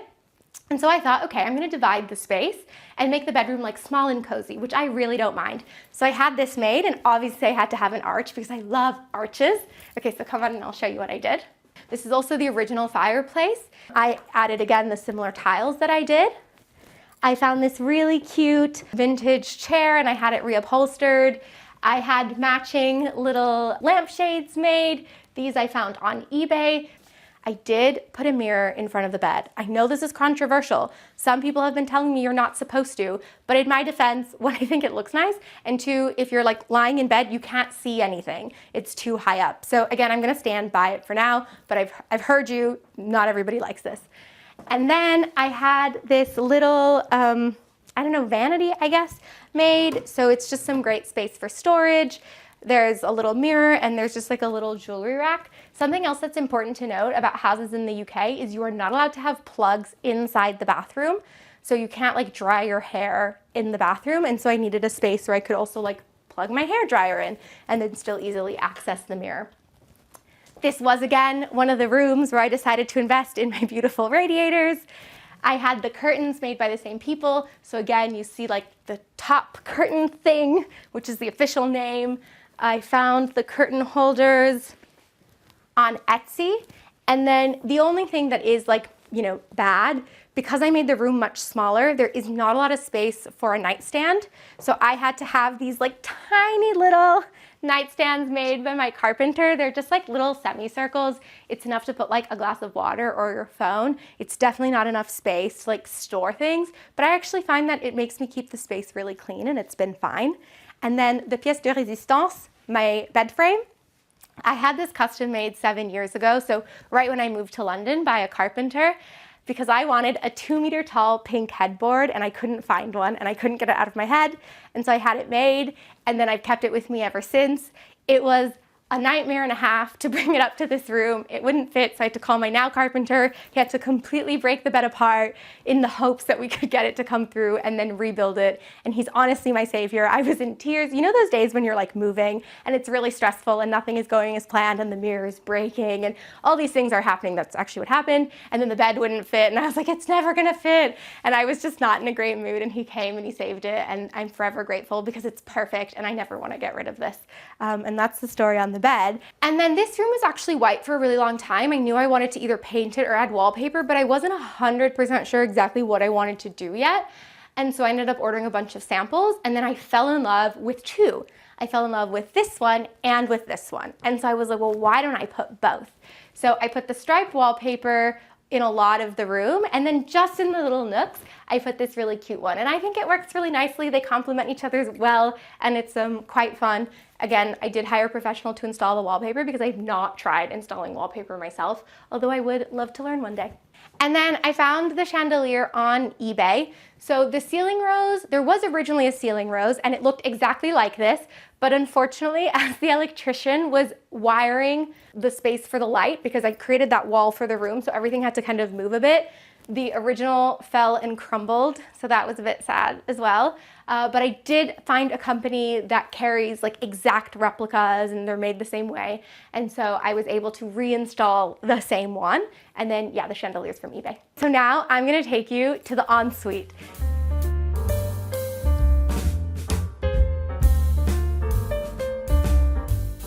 So this is my favorite space in the house. And actually, the first thing I bought the day I learned I was gonna get the keys were these mirrors. I bought these vintage mirrors on eBay. I didn't know what I was gonna make this bathroom look like yet. I didn't know anything. I just knew I had to have these mirrors because that is how my brain works. And so I bought 2 of them. And that was actually like kind of the beginning of the design of this bathroom. And then I started playing around and I knew I wanted to do black and white check tiles. I've always loved them. They're so quintessentially like British. And I just knew I had to have them. This is the original fireplace from the house as well. And then this is where things start getting a little controversial. I decided I needed the bathtub in the middle of the room. And I still 100% stand by this decision. It's the best decision I've ever made. And when I'm lying in the bathtub, I get to see that beautiful tree outside and it just puts me in the best mood. So yeah, absolutely love that. Started adding just like a bit more storage in a few places. I don't know if you can tell, but this bathroom is completely slanted, like completely slanted. Like we tried to have the people installing like the flooring level it as much as possible, but this was like kind of the best we could do. So if you were actually to put a suitcase there, it would fully roll down, which made it really challenging for a lot of this renovation, especially like the shower and getting the toilet to like sit on the ground. I ended up having this like completely custom made unit built because I had put in kind of an existing toilet before, and there was so much silicone at the bottom that you could see just to try to get this toilet to sit straight. So this is a very recent like investment that I made to just have like this custom built. So this was really fun to do. I have an amazing builder who's so patient with me. I like call him all the time. I'm like, I have an idea today. He's like, I'm coming. So he just did this one for me recently. And then I love that there's like 2 separate nooks. So you each have your own sink. I had originally bought these and they had the same front as the top, but I didn't love it. It was really modern, but I wasn't gonna pay to change it because I was like, that's a waste of money. And then it broke. So there was like a whole chunk of it that broke. And I was like, that's my sign. I can now pay in good conscience to have it replaced. But I didn't want to, again, pay for a whole new unit, have it reinstalled. That didn't seem worth it. So I called my carpenter and I said, hey, could you make me new fronts and can we make them look like a little vintage? And so I sent him the funniest sketch. I'm not good at drawing, and it was just like an outline of a box with a little box inside with like a circle for the handle. And I'm like, can you make this? He's like, okay. But he did. And so these are really cute now. I'm really happy with how they turned out. But yeah, that's how fun it is working with me on a house renovation. And then here, what I ended up doing is I needed like a really big piece of art or something, but I couldn't find anything that fit, that I liked, that wasn't like a bajillion dollars.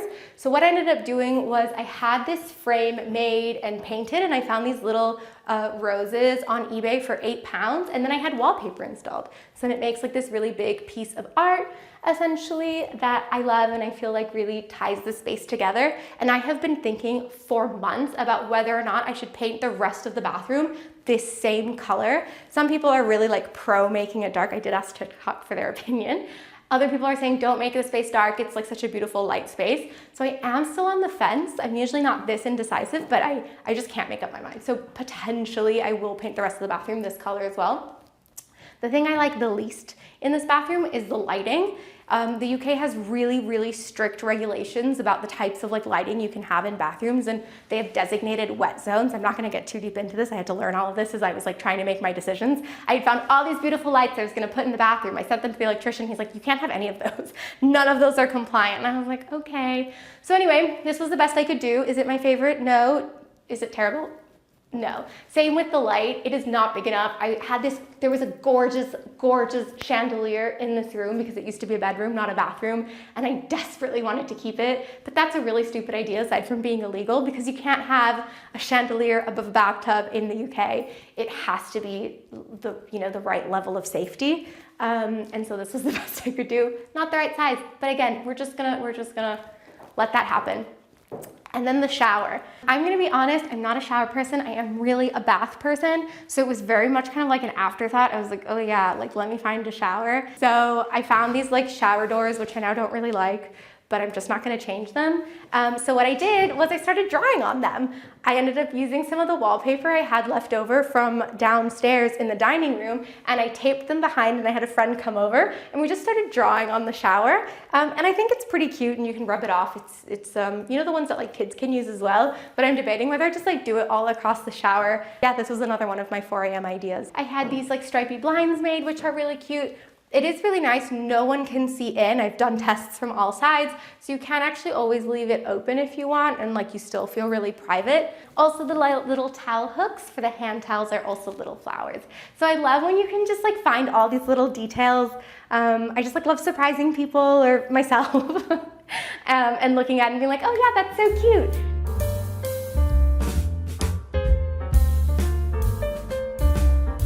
So now into the little like utility room, I guess. So this used to be the main bathroom in the house when I first bought it, but because I ended up creating an ensuite and I was like, that's no longer a bedroom, it's my closet room. I didn't feel like I needed another like bathtub and shower, but I did really want to create a utility room, which makes me feel like such an adult that I'm really excited about having a washer and dryer, but like that is the truth. And so I added a washer and dryer. And I had this like custom made by my carpenter. There's like a hanging rail there, so I use the dryer, but if I need to hang anything up, I can just hang it there, so it avoids me needing to like open a drying rack. There's tons of storage for all of the cleaning supplies. And then I found these really cute little leaf handles that I thought were just like a little nice touch. Again, this is another really strangely shaped room. And so once I decided that I wanted this, I was like, well, there is still actually a lot of space. You can never have enough toilets. So I added a toilet here, and then I added these tiles, these like William Morrison tiles, and then I found like matching wallpaper. I mean, as matching as can be, like the same colors. And then I love this mirror. It's so extra. It's like this peacock mirror that I found on John Lewis, but I bought it about 3 years ago. Someone asked me recently, but I don't think it's still in stock, but I love it. And then I've just started buying lots of little art to fill the walls. All of these I found like on Etsy. They're like up and coming artists, and I just love it. My goal is to like one day have it all filled with art, and this is where we're at today. And if you come behind the door, I found these little vintage birds on eBay that I thought were really cute. The only thing I was really sad about is there was a beautiful original door here with stained glass, but it was like completely destroyed. The wood was like really chipped in a lot of places. It wasn't closing properly. It was really wonky. I tried to see if I could have it like restored or salvaged, but it was going to be a lot of work, and it wasn't a guarantee. And so unfortunately I did end up replacing the door. But to try to give it like a bit of character, I added these vinyl stickers to it. So not the original, but at least it has a bit of character still.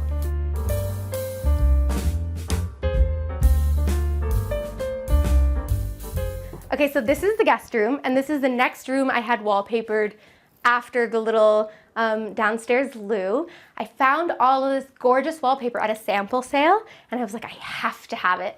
And I wanted to create this like magical little room where a guest just feels like cozy and welcome. And so added it all in, found matching fabric, of course, as I do, to have the blinds made, used the original chandelier in the house. So this is the one that was in my bedroom. And then I moved it here. And then what I did recently is I decided to frame these little trees. I just had this vintage frame from like my old flat, and I was like, oh, what do I want to put in it? And I thought, oh, this is actually quite fun. So I also had matching pillows made to match everything else in this room. But there was a little bit of a conundrum because of the shape, as always, of this room. There are closets, which is lovely, but it meant that there wasn't space for a nightstand. So I thought, oh, there has to be something. Who did I call? My carpenter. What did we come up with? This. So you can actually fold it down, and then still open the closet. Funny story, I painted these closets. I did, again, a terrible job. I thought I could use a spray gun. I spray painted like with the spray gun when they were still on, and then everything started dripping. So there were drip marks all over this closet. So then I had to take them all off. I had to sand them. I had to spray them flat. And then now I would like rate it like a 6 out of 10, but if you're like far away, which is hopefully how I hope you're seeing this, looks fine. And then this was the original cast iron fireplace that I really love. I think this one is so, so beautiful. It might be my favorite one in the house. And like the flower details are just so gorgeous. And then I had the tiles put to match like the rest of them. But I just think this is such a cute little room. I've actually slept here before as well because I wanted to try it out to see how it would feel, and I just loved the feeling. And then I found this antique little nightstand, and then I found the lamp base on Etsy, and then I found the lamp shade from another little retailer, and then I just popped them together. And then this is a piece of art I borrowed from my parents' house, which again is now mine forever. Okay, let's go to the guest bathroom.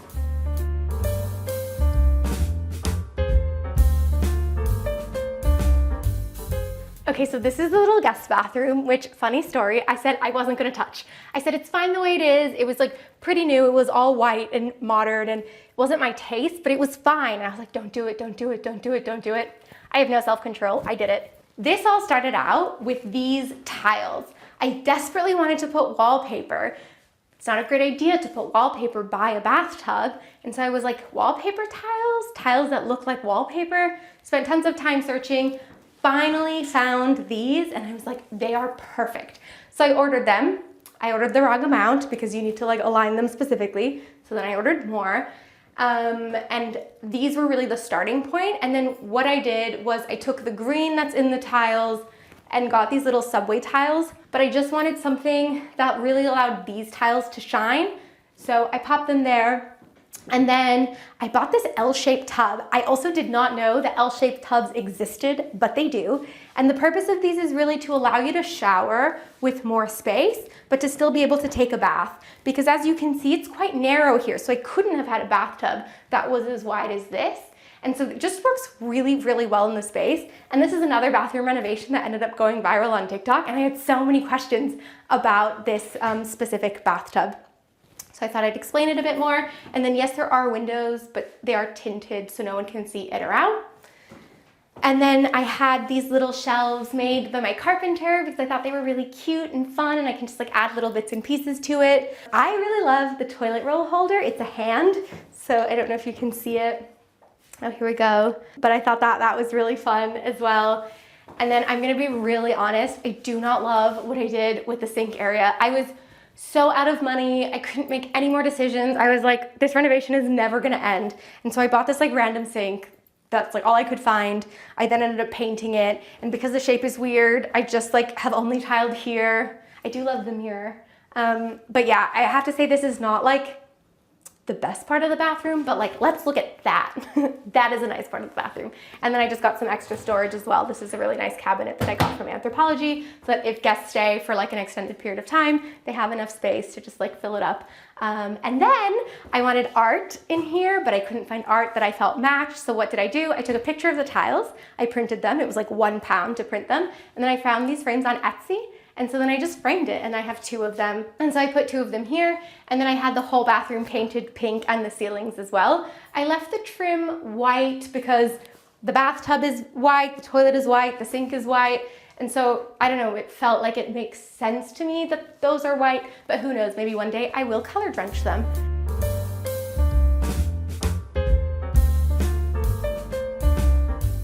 This is the last room that I finished. Okay, first of all, actually, let's say that again. A room is never finished in my house. I'm always changing things. But this was the last room that I started renovating. This was just like, we'd stored everything here. And I'm really proud. I actually did these floors. Me, I did them. This was me. I spent hours after work learning how to do it and I was not good at it. But I did it. And I will never, ever, ever do it again. But I did it. And then my dad actually decided that we should have a custom desk unit made here because there was actually a moment in time where my parents were gonna maybe stay more with me in London and sell their house. Anyway, I'm not gonna get into where my family lives because everyone's changing their mind all the time. But anyway, so my dad paid to have this like custom desk unit and I said, listen, you can do whatever you want, but I have to pick the colors. So we agreed, which is a miracle because my dad and I are very similar and always butt heads. But we came up with this and I'm really happy with it. And it's always special to me when I do something with my family. And then I found this secondhand chair and then I had matching blinds and matching wallpaper. These are both from Liberty London. They make me really happy. Can you sense the theme? And then my carpenter once again made these really cute little shelves. And then my sister gifted me this lamp. It was a collaboration between Anthropology and House of Hackney, 2 of my favorite brands. And then the rest of the space is actually like multifunctional. So there is normally, this is like a couch, and then I have this really cute little cloud table that I bought on Etsy. I do actually Airbnb my house now that I don't live in London full time. And sometimes there are guests who are in more. And so we open this bed up for them. And because we have people coming in soon, it's open now. And I also have the pillows that match. And then I love this little gallery wall. These are all just like little up and coming artists. I've like gone to little pop-ups. I found them on Instagram. I found them online. I had some of them custom made and I just keep adding to it. Every time I see one that I like, I just keep adding more and more and they make me really happy. They're so colorful. They're so cute. There's so many talented people out there. I wish I knew how to draw as well. And so this is definitely like my favorite gallery wall in the house. And then as always, trusty IKEA wardrobes that I then had wallpapered.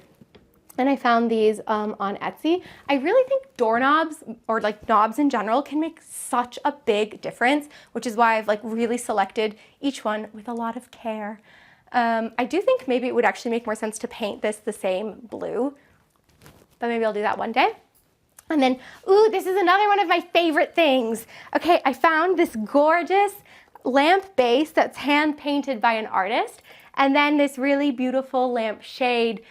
And then this is so cool. It's a ceramic base that looks like orange juice, which I found on Urban Outfitters, and then I just put like a fake little flower in it, and I think this is really cute. And then there's a little nightstand. The only thing is, so this is the IKEA sofa bed, the Vimle, and it's like a kind of a gray color. I don't love gray, so I just ordered like new kind of covers for it. So I'm waiting for it to arrive, and it's gonna be yellow and white check. So then that's gonna be really colorful as well.